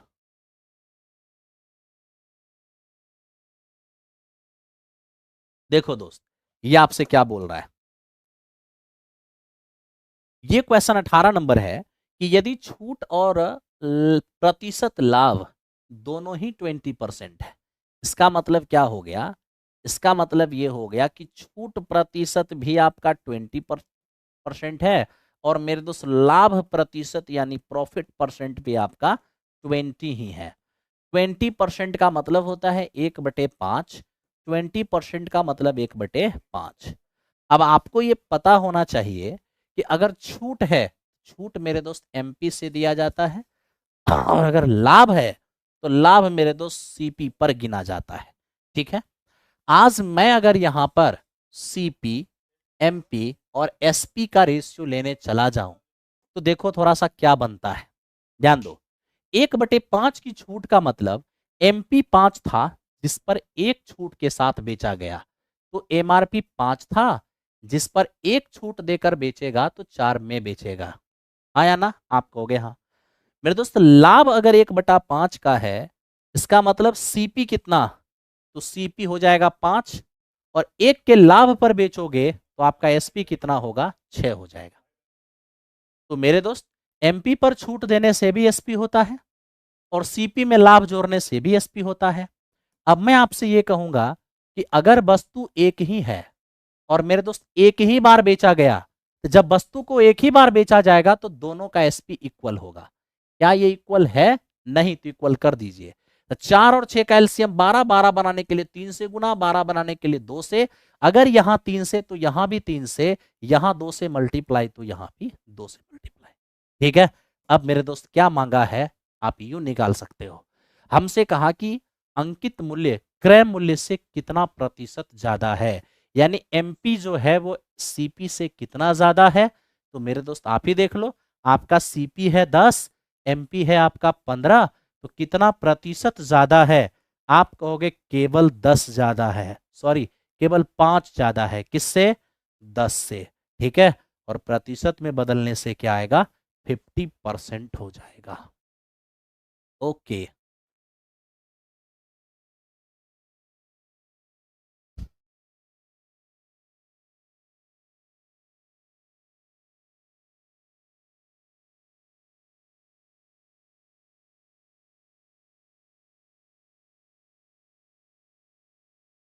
एक तारीख से सोनू, 1 तारीख से। आओ मेरे दोस्त, चलते हैं अब अगले क्वेश्चन पर। ध्यान दो और देखो ये क्या है, ये आपसे क्या कह रहा है दोस्त, मेरे इस क्वेश्चन को समझना। 1,5 से होकर गुजरने वाली और x-y = 5 के लंबवत रेखा का समीकरण क्या होगा। देखिए आपसे कह रहा है कि हमें एक ऐसी रेखा का समीकरण बताओ जो मेरे दोस्त गुजर रहा है किससे, 1,5 से, और किस पर आकर लंब है, मेरे दोस्त इस पर आकर लंब है। ध्यान दो, 1,5 से गुजरने वाली रेखा और किस पर आकर लंब है, तो मेरे दोस्त x-y = 5 इस पर आके लंब है। ठीक है, तो हमें इस रेखा का समीकरण चाहिए, इसका तो दिया हुआ है इक्वेशन। अब मैं एक बात आपको बताता हूं, कहोगे क्या बताओगे मास्टर। बात यह है मेरे दोस्त कि जिस रेखा का समीकरण मांग रहा है ना, अगर वो किसी पॉइंट से पास कर रही है तो तुम्हारे लिए काम बहुत आसान है। कहोगे वो क्या, अगर तुम्हारी रेखा 1,5 से पास कर रही है तो ये जो 1,5 है ना, उस इक्वेशन को सेटिस्फाई करेगा, यानी इस ऑप्शन में से वही इक्वेशन इस लाइन का होगा जिसको 1 और 5 सेटिस्फाई करेगा। सेटिस्फाई करने का मतलब है कि x के जगह 1 और y के जगह अगर 5 रखोगे तो LHS बराबर RHS हो जाएगा। तो आप x की जगह 1, y की जगह 5 रखो, सेटिस्फाई हो गया। x की जगह y की जगह 5 और x की जगह 1 रखोगे, ये भी सेटिस्फाई हो गया। ये सेटिस्फाई नहीं होगा, अब ये सेटिस्फाई नहीं होगा। अब यहां प्रॉब्लम क्रिएट हो गया कि दो दो ऑप्शन हमारा आंसर हो गया। अब मेरे दोस्त हम क्या करें? तो हालांकि इन दोनों में कौन मेरा आंसर होगा, इसके लिए मेरे दोस्त आप स्लोप चेक कर सकते हो, लेकिन मैं कहूंगा कि ठीक है, स्लोप भी चेक करके आपको बता दूंगा, आप इसका एक तरीका भी जान लो। ओके, क्या तरीका जानना है? सबसे पहले तो आपको मैं एक छोटा सा पॉइंट बताता हूं कि x प्लस बी वाई और प्लस सी बराबर 0, कभी भी एक लीनियर इक्वेशन आपको दिखे तो ये linear equation in two variable, ये हमारा एक स्ट्रेट लाइन का इक्वेशन है। अगर इसका हमें स्लोप निकालना हो तो किसी इक्वेशन का स्लोप क्या होता है? माइनस में x का कोफिशिएंट यानी x का गुणांक और मेरे दोस्त बटे में y का गुणांक। ओके, तो अभी आप देख लो, अगर मैं इसका स्लोप निकालूंगा, मान लो स्लोप को m से लिखते हैं, अगर मैं इसके स्लोप को, ठीक है 1 मिनट, अगर मैं इसके स्लोप को मेरे दोस्त m1 मान लूं, स्लोप के बारे में क्या बताया? माइनस में x का गुणांक, तो x का गुणांक कुछ नहीं तो क्या है? 1 है, बटे y का गुणांक, तो y का गुणांक आपका खुद ही -1 है, तो आपका ये 1 हो जाएगा, यानी इस लाइन का स्लोप 1 हो गया। और इस लाइन के स्लोप को अगर मैं m2 मान लूं, तो आपको पता होना चाहिए कि जब दो ए लाइन एक दूसरे पर परपेंडिकुलर होता है तो स्लोप का प्रोडक्ट क्या होता है? -1। देखो m1 अगर हमारे पास 1 है और m2 हमें नहीं मालूम, तो यहाँ से m2 हमारा -1 आ गया, यानी लीजिए -1 आ गया। तो अब हमें जिस लाइन का इक्वेशन चाहिए उस पर हम एक पॉइंट भी जानते हैं और स्लोप भी जानते हैं। आपको ये भी पता होना चाहिए कि पॉइंट और स्लोप के फॉर्म में इक्वेशन क्या होता है? y माइनस y1 बराबर m into x minus x1, ये मेरे दोस्त पॉइंट स्लोप फॉर्म में इक्वेशन होता है। तो y और माइनस y1 आपका यहाँ पर 5 है और बराबर m, तो स्लोप यहाँ -1 है, x माइनस x1 मेरे दोस्त हमारे पास 1 है। तो क्या करोगे? y माइनस 5 और बराबर -x प्लस 1, यहां से अगर हम देखें तो x प्लस वाई -5 उस पर जाके +5, 6 इस क्वेश्चन का आंसर हो जाएगा। तो ये ऑप्शन नंबर ए इस क्वेश्चन का आंसर होगा, सी नंबर इसका आंसर नहीं होगा।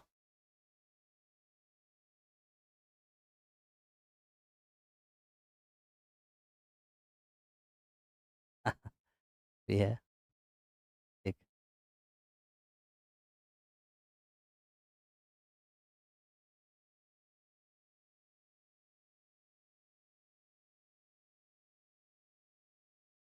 सत्य बात है कि मैं थोड़ा टाइम लेता हूं, ठीक है मेरे दोस्त, थोड़ा टाइम हम लेते हैं, लेकिन आपको वो चीज मिलेगा जिसमें आपको कोई दिक्कत नहीं होगा। बिहार दरोगा स्पेशल ब्रांच का बैच कब आएगा? मेरे दोस्त मैं पहले आपको एक बात बता देता हूं, बिहार दरोगा में सिलेबस चेंज करने का शुरुआत है। अगर कोई किसी को वर्गलाता है कि सिलेबस चेंज और सेक्टर का नहीं होगा, तो वो उसे भ्रम में रखता है। कुछ ही दिन के बाद और भी दरोगा का जो ब्रांचेज हैं वो भी चेंज होने वाले हैं। ये मैं कंफर्मेशन के साथ नहीं कह सकता हूं, लेकिन जब भी चेंजेज की शुरुआत होती है तो शुरुआत हो जाती है। दूसरी बात, ये जो बिहार दरोगा के स्पेशल ब्रांच का जो सिलेबस है, ये मेरे दोस्त ठीक उसी प्रकार का सिलेबस है जिस प्रकार का सिलेबस यूपी दरोगा का, यूपी एसआई का और झारखंड एसआई का लगभग लगभग मिलता जुलता मेरे दोस्त वहां पर यूपी से तो लगभग मिलता जुलता सिलेबस है ना। तो इसलिए आप लोग सावधान रहें और मैथ्स और रीजनिंग को इग्नोर आप नहीं कर सकते हो, ये बात ध्यान रखना। अगर कोई आसपास में दरोगा की तैयारी करता है उसे आप जरूर कहें कि वो अच्छे लेवल के मैथ्स और रीजनिंग को जरूर पढ़ें। चलिए, पीडीएफ कहाँ मिलेगा? पीडीएफ मिलेगा प्लेटफॉर्म बाय नवीन कुमार सिंह टेलीग्राम चैनल पर। क्लास हमारा 9 बजे तक चलेगा, ठीक है 9, आज थोड़ा सा स्लो रह रहा हूं तो 9 सवा 9 तक बस। यदि संख्या के एक समूह का मानक विचलन 3 है और इनका माध्य 6 है, तो विचरण गुणांक क्या होगा? मेरे दोस्त मैं आपको ये बताता हूं, ध्यान से थोड़ा समझना। ये विचरण गुणांक क्या होता है? Coefficient of variance. ठीक है, तो देखो विचरण गुणांक कोफिशिएंट ऑफ वेरिएंस बराबर क्या? मानक विचलन, स्टैंडर्ड डेविएशन।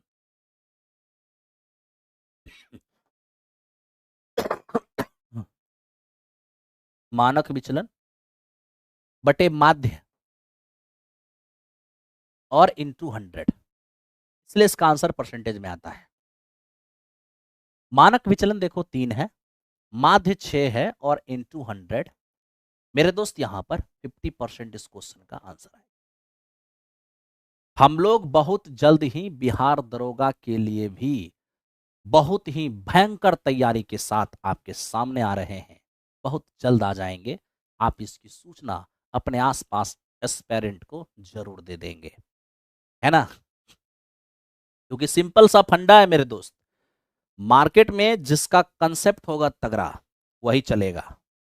घिसी पीटी पढ़ाई को लेकर ज्यादा दिनों तक नहीं चला जा सकता है। चलिए, क्योंकि ज्यादा दिनों तक रिजल्ट भी उसी अनुसार से नहीं होगा। और अब दरोगा में कंपटीशन भी इतना आसान नहीं रह जाएगा, इस बात को भी मेरे दोस्त मानना होगा।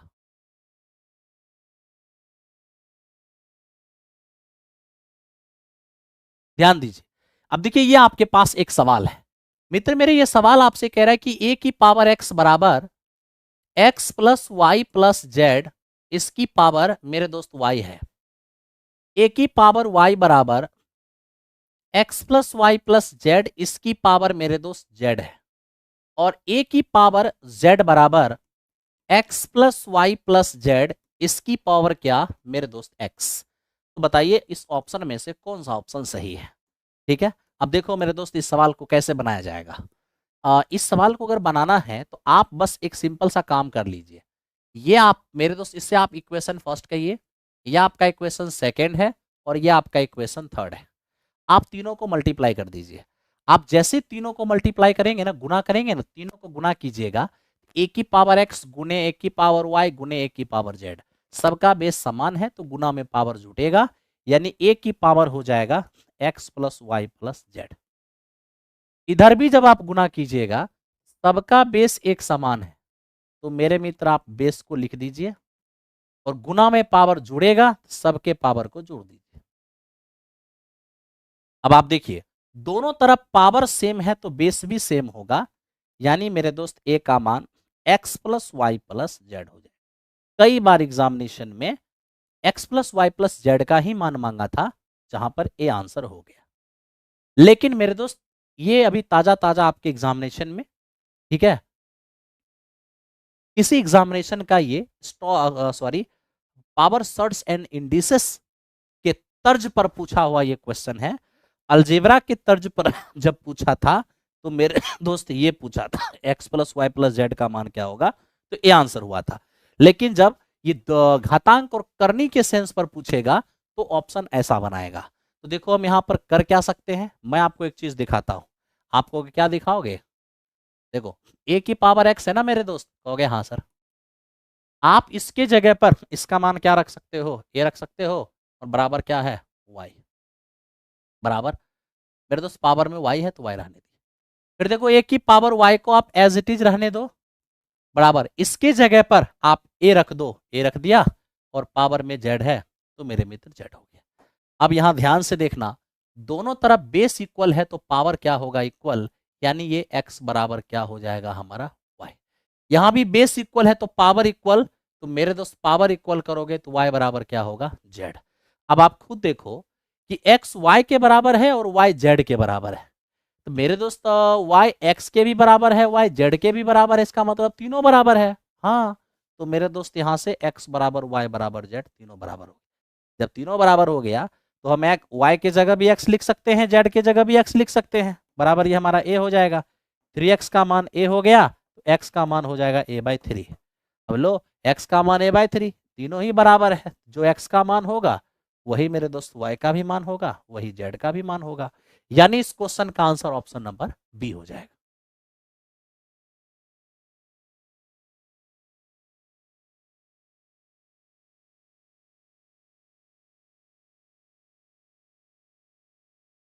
एस के यादव। आज लग रहा है कि सर का रोका हो गया है। ये रोका क्या होता है मेरे दोस्त?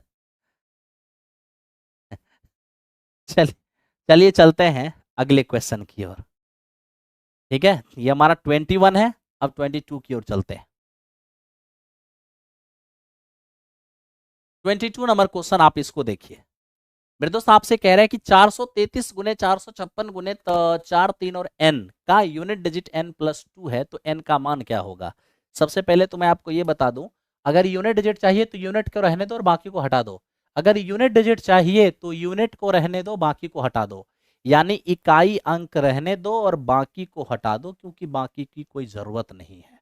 ओके, तो मेरे दोस्त आपसे क्या बोला है कि इस तीनों का जो मतलब ये तीनों के गुणनफल का जो इकाई अंक है वो मेरे दोस्त हमारा n+2 के बराबर है। तो बताइए यहां पर n का मान क्या होगा। कोई बात नहीं, आप देखो यूनिट डिजिट अगर फाइंड करना है तो कैसे फाइंड करते हैं। 6 तिया 18, 18 का 8। अरे 6 तिया 18 तो इकाई अंक 8 ही होगा ना, हो गया हाँ सर।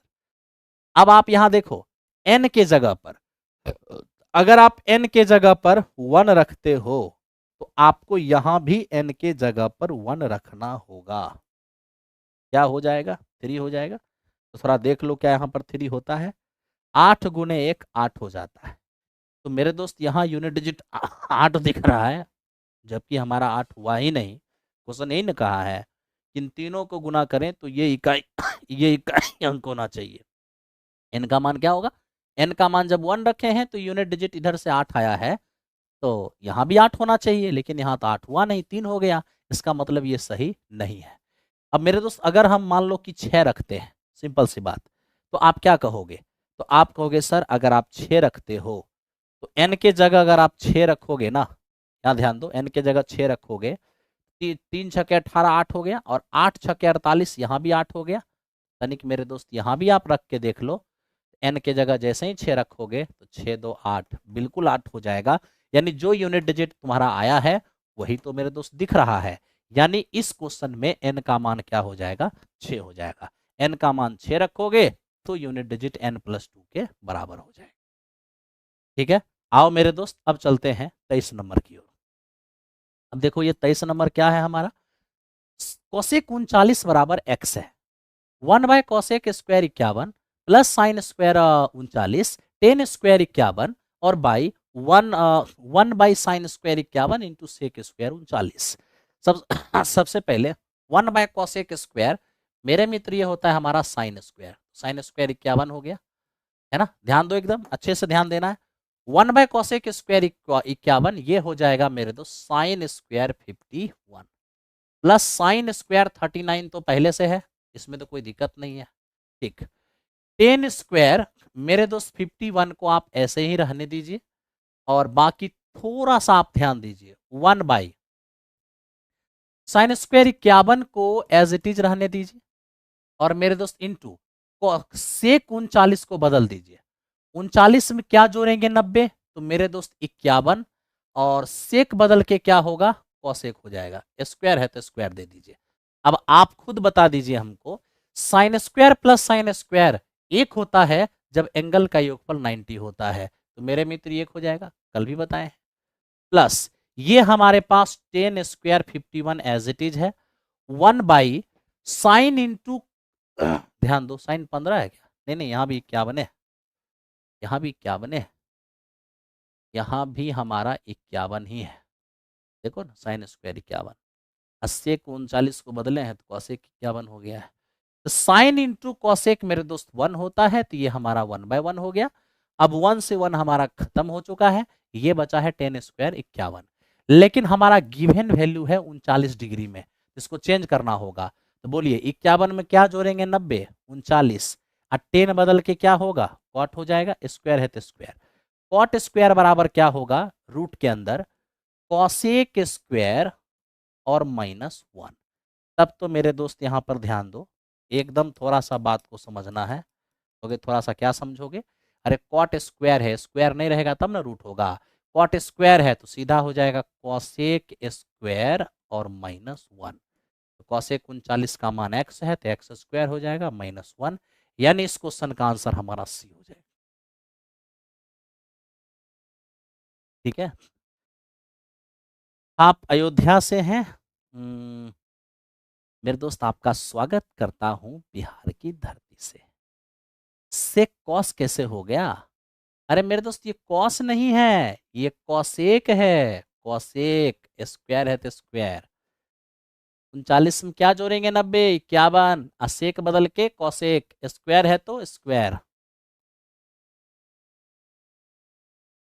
ठीक है, चलो अब चलते हैं अगले क्वेश्चन पे, ध्यान दो।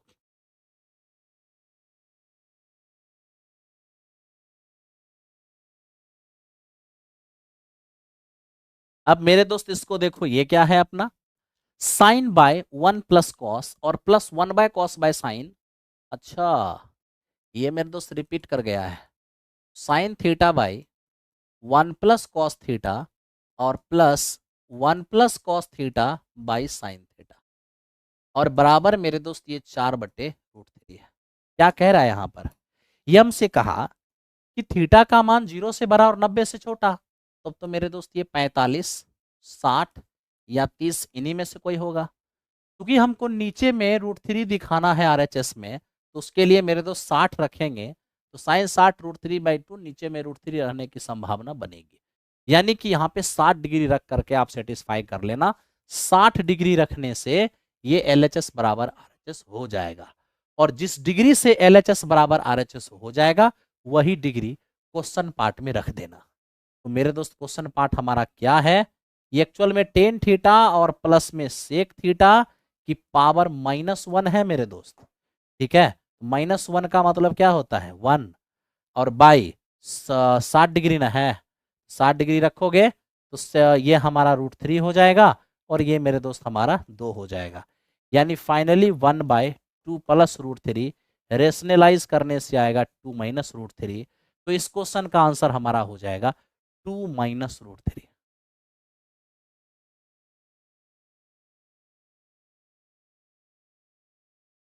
ठीक है, चलिए मेरे दोस्त, डायनामिक लग रहे हैं।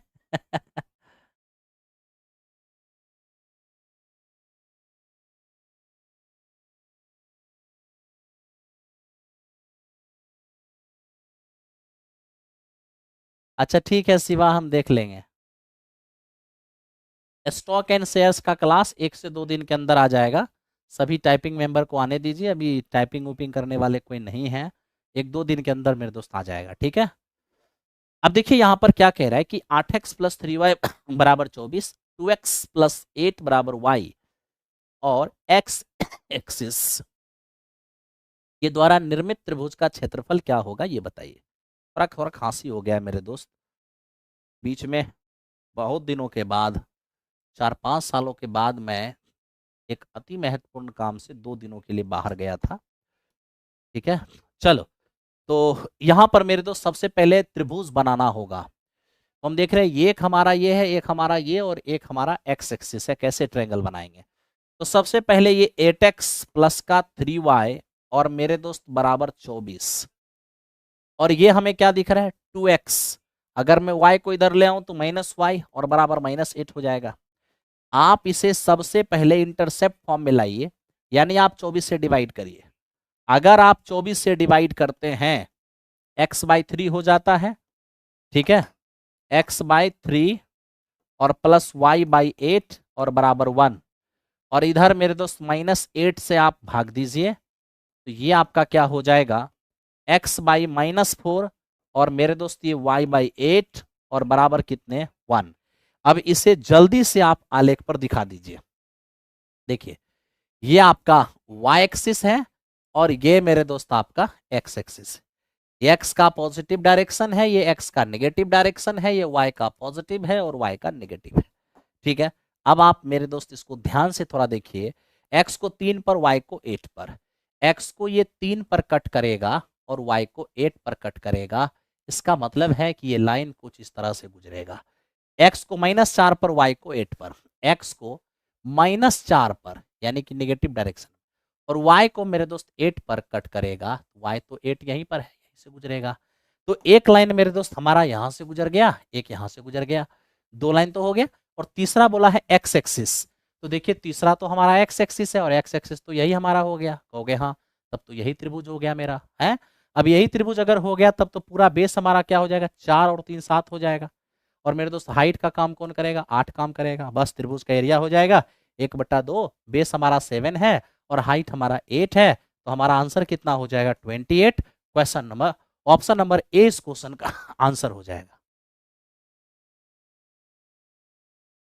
अरे मेरे दोस्त वो क्वेश्चन में छूट गया है, ये आप बना लीजिए ना, वो क्वेश्चन में छूट गया है।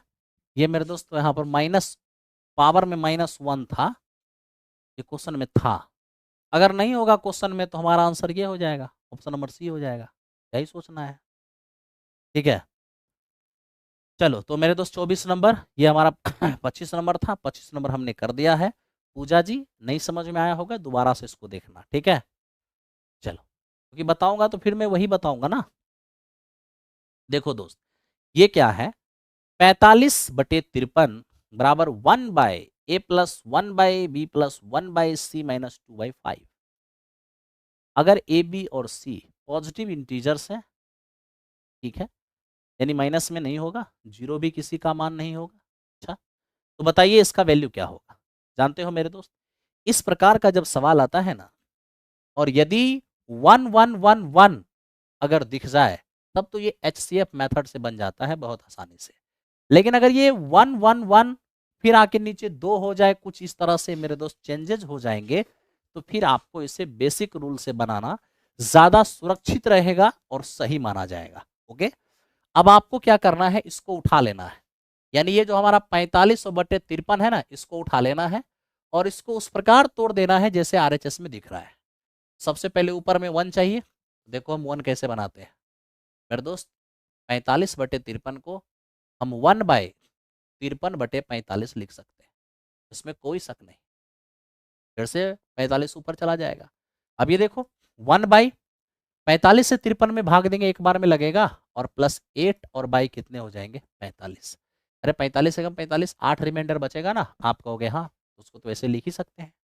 अब ये देखो बराबर 1/1 प्लस, अब तुम देख रहे हो कि इस 1 के बाद यहाँ भी 1 चाहिए है, तो यहाँ 1 आ चुका है, अब यहाँ भी 1 चाहिए, तो मेरे दोस्त यहाँ 1 अगर बनाना है तो क्या करना होगा, तो मेरे दोस्त आपको 8 को नीचे लाना होगा। फिर से 8 ऊपर जा ही सकता है, कहोगे हाँ सर। अब मेरे दोस्त यहाँ से देखो, ये 1 एज इट इज है, 1 प्लस ये 1/, अब यहाँ ध्यान से देखो 8 से कितनी बार हम जाएगा, 8 पंचे 40 और प्लस 5 बचेगा। अरे 8 पंचे 40, तो शेष बचेगा ना 5, कहोगे हाँ सर, तो आप ऐसे लिख ही सकते हो। तो फिर से नहीं हो जाएगा 8 पंचे 40, 5 45, 45/8 तो हो ही जाएगा, कहोगे हाँ सर। अरे क्यों क्यों इस तर्ज पर हम लिख रहे हैं, क्योंकि मेरे दोस्त a पूर्णांक b/c को, यहाँ देखो x पूर्णांक y/z को हम यहाँ x प्लस y/z लिख सकते हैं, इसमें कोई दिक्कत नहीं। अब मेरे दोस्त यहाँ संभल के थोड़ा सा देखना, लास्ट है 1/1 प्लस 1/ और 5 प्लस।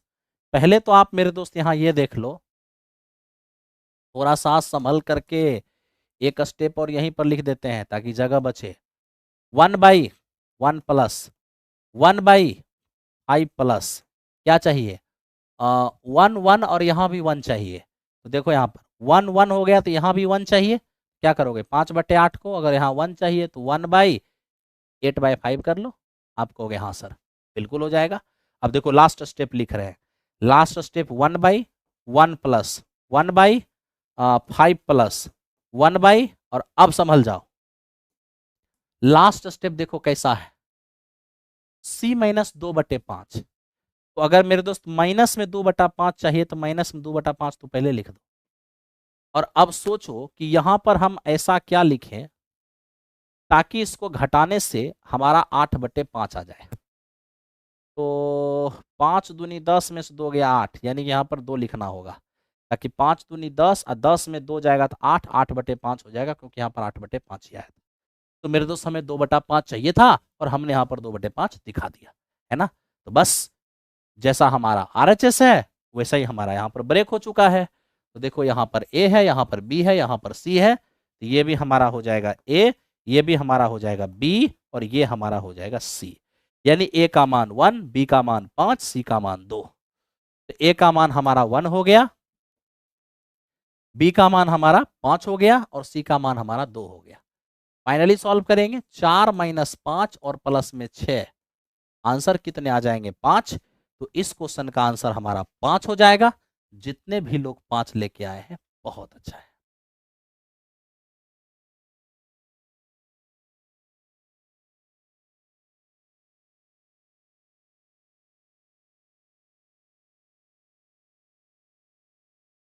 एक दिन मेरे दोस्त क्या करना है ना, कि इस चैप्टर को ही पढ़ा देना है। ये चैप्टर जो है ना, इसको बोलते हैं हिंदी में लंगरा भिन्न कहा जाता है, और इंग्लिश में कॉन्टिन्यूड फ्रैक्शन कहा जाता है। तो कॉन्टिन्यूड फ्रैक्शन वाला चैप्टर ही आपको पढ़ा देंगे, ट्रिक लगने वाला और बिना ट्रिक का सब। ठीक है, चलिए मेरे दोस्त चलते हैं अगले क्वेश्चन पे। अब ये देखिए हमारा क्वेश्चन क्या है, हमसे कह रहे त्रिभुज एबीसी में कोण ए का द्विभाजक।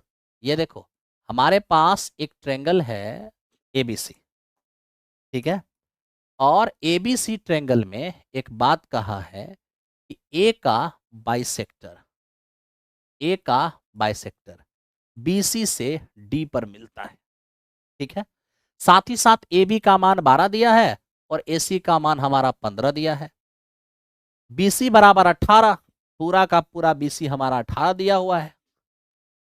हमें बीडी मांग रहा है तो बीडी को एक्स मान लो, पूरा 18 मगर ये एक्स हो जाएगा तो ये हमारा 18 माइनस एक्स हो जाएगा। आप कहोगे हाँ। अब मेरे दोस्त क्या है, कुछ नहीं, आप एंगल बायसेक्टर थ्योरम लगा दो। एंगल बायसेक्टर थ्योरम क्या होता है, किसी ट्रायंगल में किसी कोण का बायसेक्टर बेस को जिस रेशियो में बांटेगा, किसी त्रिभुज में किसी कोण का बायसेक्टर बेस को जिस रेशियो में बांटेगा, वही रेशियो उसके शेष भुजा का होता है, शेष भुजा का होता है। बेस को छोड़ के शेष भुजा यही दोनों है, कहोगे हाँ। यानी जो रेशियो बीडी और अनुपात डीसी का होगा, बीडी और डीसी का, वही एबी और एसी का होगा। तब तो मेरे दोस्त ये हमारा x बाय 18 माइनस एक्स बराबर ये हमारा 10 और बटे हो जाएगा 15, सॉरी 12 और बटे 15, 4 तिया 12, 5 तिया 15। अगर हम क्रॉस मल्टीप्लीकेशन करेंगे 5x हो जाएगा, ये 18 4 72 और माइनस का 4x हो जाएगा। 9x बराबर 72, तो x का मान हमारा 8 हो जाएगा। हमसे bd मांगा था, bd का मान 8 आ गया। तो चलिए इस क्वेश्चन का आंसर हमारा 8 हो चुका है। उम्मीद है कि सब लोग को समझ में आ रहा होगा। ठीक है, आओ तो मेरे दोस्त चलते हैं अगले क्वेश्चन की ओर। अगले क्वेश्चन को 27 नंबर, 28 पर चले। ठीक है, आइए 28 देखते हैं।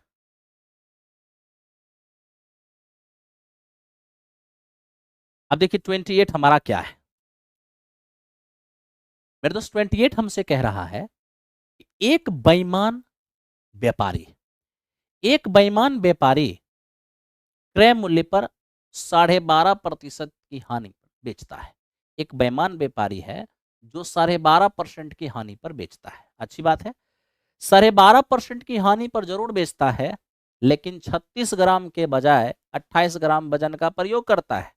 यानी पैसा लेता है 36 ग्राम का, अब वस्तु केवल 28 ग्राम ही देता है।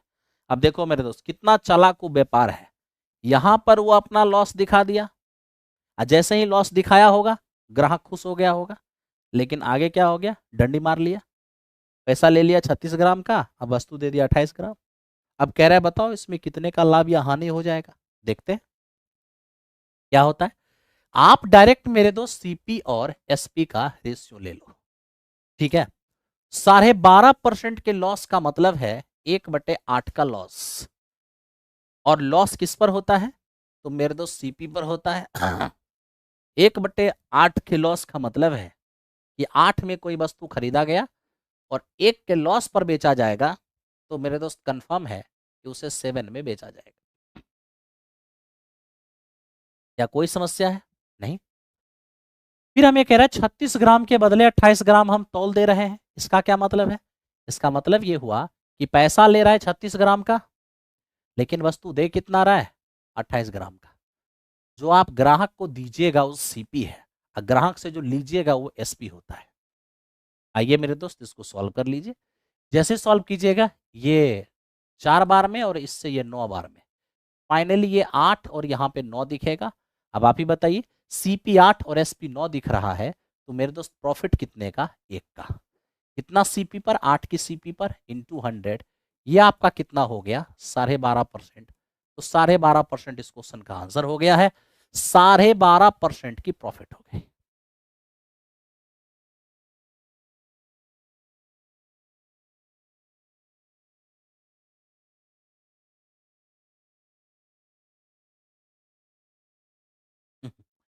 आगे बढ़ते हैं, अगले क्वेश्चन पर देखते हैं।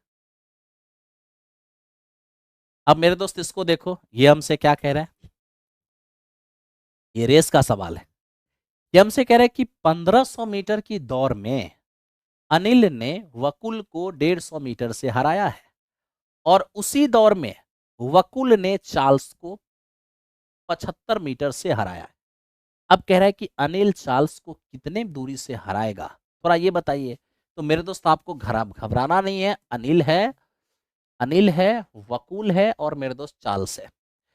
रेस का एक पॉइंट समझ लेना, जो रेस जीतता है या जो रेस किसी को हराता है वो पूरा दूरी जाता है, और जो हारता है वो कम दूरी जाता है। क्योंकि ए हरा रहा है बी को, ए हरा रहा है बी को कितना की रेस में, मेरे मित्र 150 मीटर की रेस में, और बी हरा रहा है सी को कितना मीटर से, 75 मीटर से। और मेरे दोस्त रेस कैसा है, सेम रेस है। तो देखो, रेस तुम्हारा है 1500 मीटर की, तो ध्यान आपको यह रखना है कि जितने मीटर की रेस है, 1500 मीटर की रेस है ना, तो 1500 वो जाएगा जो हराने वाला है। हरा ए रहा है, ए पूरा दूरी जाएगा, बी से कम जाएगा। कितना कम, जितना से हार रहा है, तो 150 कम जाएगा, 1350 जाएगा। आप कहोगे हाँ। ये मेरे दोस्त ए और बी के बीच रेस संपन्न हो गया। जब यही रेस बी और सी के बीच हुआ, तो बी ने सी को 75 मीटर से हराया। इसका मतलब क्या है, बी हराता है सी को, यानी कि बी पूरा दूरी जाएगा, और पूरा रेस है कितने का, 1500 मीटर का। इसका मतलब बी जो है ना 1500 मीटर जाएगा। और मेरे दोस्त बी सी को हराता कितना से, 75 से। इसका मतलब सी इससे 75 कम, यानी कि 1425 जाएगा। आइए मेरे दोस्त, अब थोड़ा सा आप इनका रेशियो ले लीजिए। देखिए, 15 दहे का और 15 नमे, यहां ध्यान से देखिएगा। 25, मेरे दोस्त ये 25 छक्के 150, और 25 से इसको काटोगे ना, 25 5, और मेरे दोस्त 25 7, यानी कि ये 20 अनुपात हो जाएगा 19। तो 10 9 और 20 19। जब ए बी और बी सी का रेशियो दिया रहे और ए बी सी का निकालना हो, तो जिसके आगे खाली है उसे भर दो, और जिसके पीछे खाली हो उससे भर दो, कर दो गुना। 10 गुने 20 यहाँ पर मेरे दोस्त क्या हो जाएगा, आपका 200 हो जाएगा, और 9 गुने 20 यहाँ पर 180 हो जाएगा, और मेरे दोस्त 9 गुना 19 यहाँ पर 171 हो जाएगा। अब आपसे मैं सिंपल सा एक बात कहता हूं कि ये 200 की चीज है, ये 180 है, और ये मेरे दोस्त 171 है। आप हमें बस इतना बताइए इसका क्या मतलब है। इसका मतलब है कि जितना देर में ए 200 जाएगा, उतना देर में बी 180 जाएगा, और उतना देर में सी जाएगा 171। कह रहा है ए सी को कितना से हराएगा, तो मेरे दोस्त जितना देर में 200 जाएगा उतना देर में 171 जाएगा, यानी इससे वो कितना कम जाएगा, 29। जितना कम जाएगा उतना से हराएगा, यानी ए सी को 29 से हराएगा। कितना की रेस में, 200 की रेस में। जबकि क्वेश्चन कितना की रेस में बोल रहा है, उसी रेस में 1500 की रेस में। आइए मेरे दोस्त सॉल्व कर लीजिए। 15 नंबर 135, 15 दूनी 30, और 13 43, और बटे 2, ये हो जाएगा 21, 217.5। ऑप्शन नंबर ए इस क्वेश्चन का आंसर हो गया, 29 नंबर क्वेश्चन। ठीक है, आइए तो आज के डिस्कशन का आखिरी सवाल लेते हैं। क्योंकि 30 क्वेश्चन की ही सीरीज रहेगी मेरे दोस्त, क्योंकि ज़्यादा क्वेश्चन लेने से लंबा चला जाएगा। 30 क्वेश्चन ही रखना है और बेहतरीन डिस्कशन कराना है जिससे आपको बेनिफिट हो गया आपका 29 नंबर। आइए अब हम चलते हैं 30 नंबर की ओर।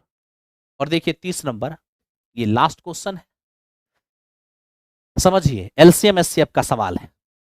दो संख्याएं 6:5 के अनुपात में है, यदि उनका महत्तम समावर्तक 3 है तो दोनों संख्याओं का लघुत्तम समावर्तक क्या होगा। तो मेरे दोस्त आप बस इतना समझिए कि जब कभी भी दो संख्या का रेशियो दिया रहे और साथ ही साथ उनका एचसीएफ दे दे तो आपको करना क्या है, एचसीएफ से इसमें मल्टीप्लाई कर देना है, उस तुरंत आपका नंबर मिल जाएगा। आप कहिएगा ऐसा क्यों सर? ऐसा इसलिए मेरे दोस्त कि अगर आप ऐसा नहीं करना चाहते हो तो अनुपात की राशि x मानोगे, यानी एक संख्या आपका 6x होगा, एक आपका 5x होगा, यही ना। अब बताओ दोनों का एचसीएफ निकालोगे तो क्या होगा? तो भैया जो दोनों में कॉमन आएगा वही ना एचसीएफ होगा, तो एचसीएफ x हो जाएगा और यही एचसीएफ आपका 3 दिया हुआ है, तो हम क्या ही गलत बोल दिए, है ना। तो मेरे दोस्त आप 3 से गुना कर दोगे, एक नंबर आपका 18 हो जाएगा और एक आपका 15 हो जाएगा। रही बात दोनों के एलसीएम की, 18 और 15 का एलसीएम जो है वो 90 हो जाएगा। इस क्वेश्चन का आंसर 90 हो जाएगा। और ऐसे भी अपना दिमाग लगा दीजिए, इतना कुछ करने की जरूरत भी नहीं है, ये सब तामझाम नहीं करना है। कहोगे क्यों? क्योंकि मेरे दोस्त आपको ये पता होना चाहिए एचसीएफ वो नंबर होता है जो दी गई संख्या को और एलसीएम को पूर्णतया विभाजित करती है, यानी कि एचसीएफ से एलसीएम भी कटता है, तब तो ऑप्शन में वही एलसीएम होगा जो 3 से कटेगा। 3 से ये कटेगा नहीं, 3 से ये कटेगा नहीं, 3 से ये कटेगा नहीं, केवल और केवल 3 से ये कट रहा है, तो ये इस क्वेश्चन का आंसर हो जाएगा।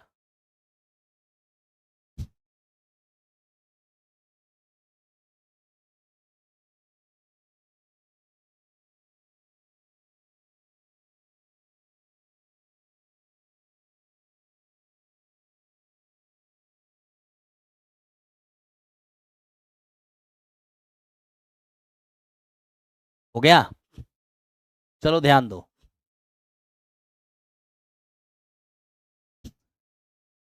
मेरे दोस्त अब देखो, बोलने के लिए हमको छिपाने आता नहीं है, हम बोल देते हैं।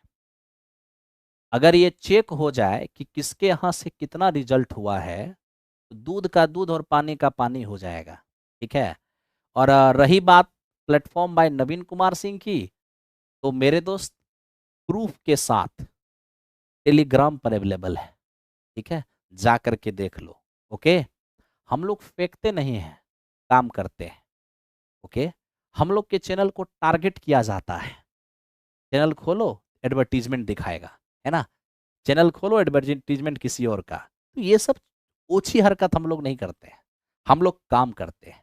और रही बात जिंदाबाद कौन है और कौन नहीं है, 3.0 का एग्जामिनेशन हो जाने दीजिए, रिजल्ट जब आएगा तो उसके बाद जिंदाबाद कौन है और कौन नहीं है खुद ब खुद पता चल जाएगा। तो इसमें सोचने वाली क्या बात है, ठीक है। इसलिए इतना टेंशन नहीं लेना है और काम करना है। ओके मेरे दोस्त, तो हम लोग काम करने पर भरोसा रखते हैं। जैसे कि अभी 3.0, ये बात मेरे दोस्त जग जाहिर है कि मैं 4.0 का क्लास 9 अप्रैल से स्टार्ट कर रहा हूं। 4.0 का क्लास मैं 9 अप्रैल से स्टार्ट कर रहा हूं और एप्लीकेशन प्लेटफॉर्म बाय नवीन कुमार सिंह एप्लीकेशन पर कुरुक्षेत्र बैच 4.0 के नाम से अवेलेबल है, ठीक है। बहुत सारे बैचेज हैं, सारे सब्जेक्ट के बैचेज हैं। मैं कुरुक्षेत्र बैच 4.0 बताया है मैथ्स के लिए, ठीक है। और आप जाएंगे एप्लीकेशन पे तो आपको दिख जाएगा। लेकिन 3.0 का जो एग्जामिनेशन कैंसिल हुआ है और मेरे दोस्त स्थगित हुआ है, तो मैं 4.0 स्टार्ट अवश्य करूंगा, लेकिन मैं 3.0 वाले को छोड़ूंगा नहीं तब तक जब तक कि वो एग्जामिनेशन हॉल में एंट्री नहीं कर जाते हैं। मैं उनका वार्म अप कराता रहूंगा। अभी मेरे दोस्त यही तो वार्म अप है, मैं आपको वार्म अप करा रहा हूं। 30 क्वेश्चन फिर 50 क्वेश्चन, जैसे जैसे रिदम बनेगा फिर मेरे दोस्त करता चलेगा और बढ़ता चलेगा, ठीक है। इसलिए आपको टेंशन नहीं लेना है। आप काम कीजिए मेरे दोस्त, रिजल्ट बोलता है। अब हम क्या बोलते हैं, जो छोड़ो हटाओ, बकवास वाला बातें नहीं करना है, हम लोग काम करते हैं, सिलेक्शन बोलता है, लड़के बोलते हैं। ठीक है, चलिए थैंक यू वेरी मच, फिर मिलते हैं हम लोग अगली सेट में, तैयार रहेंगे आप। Thank you.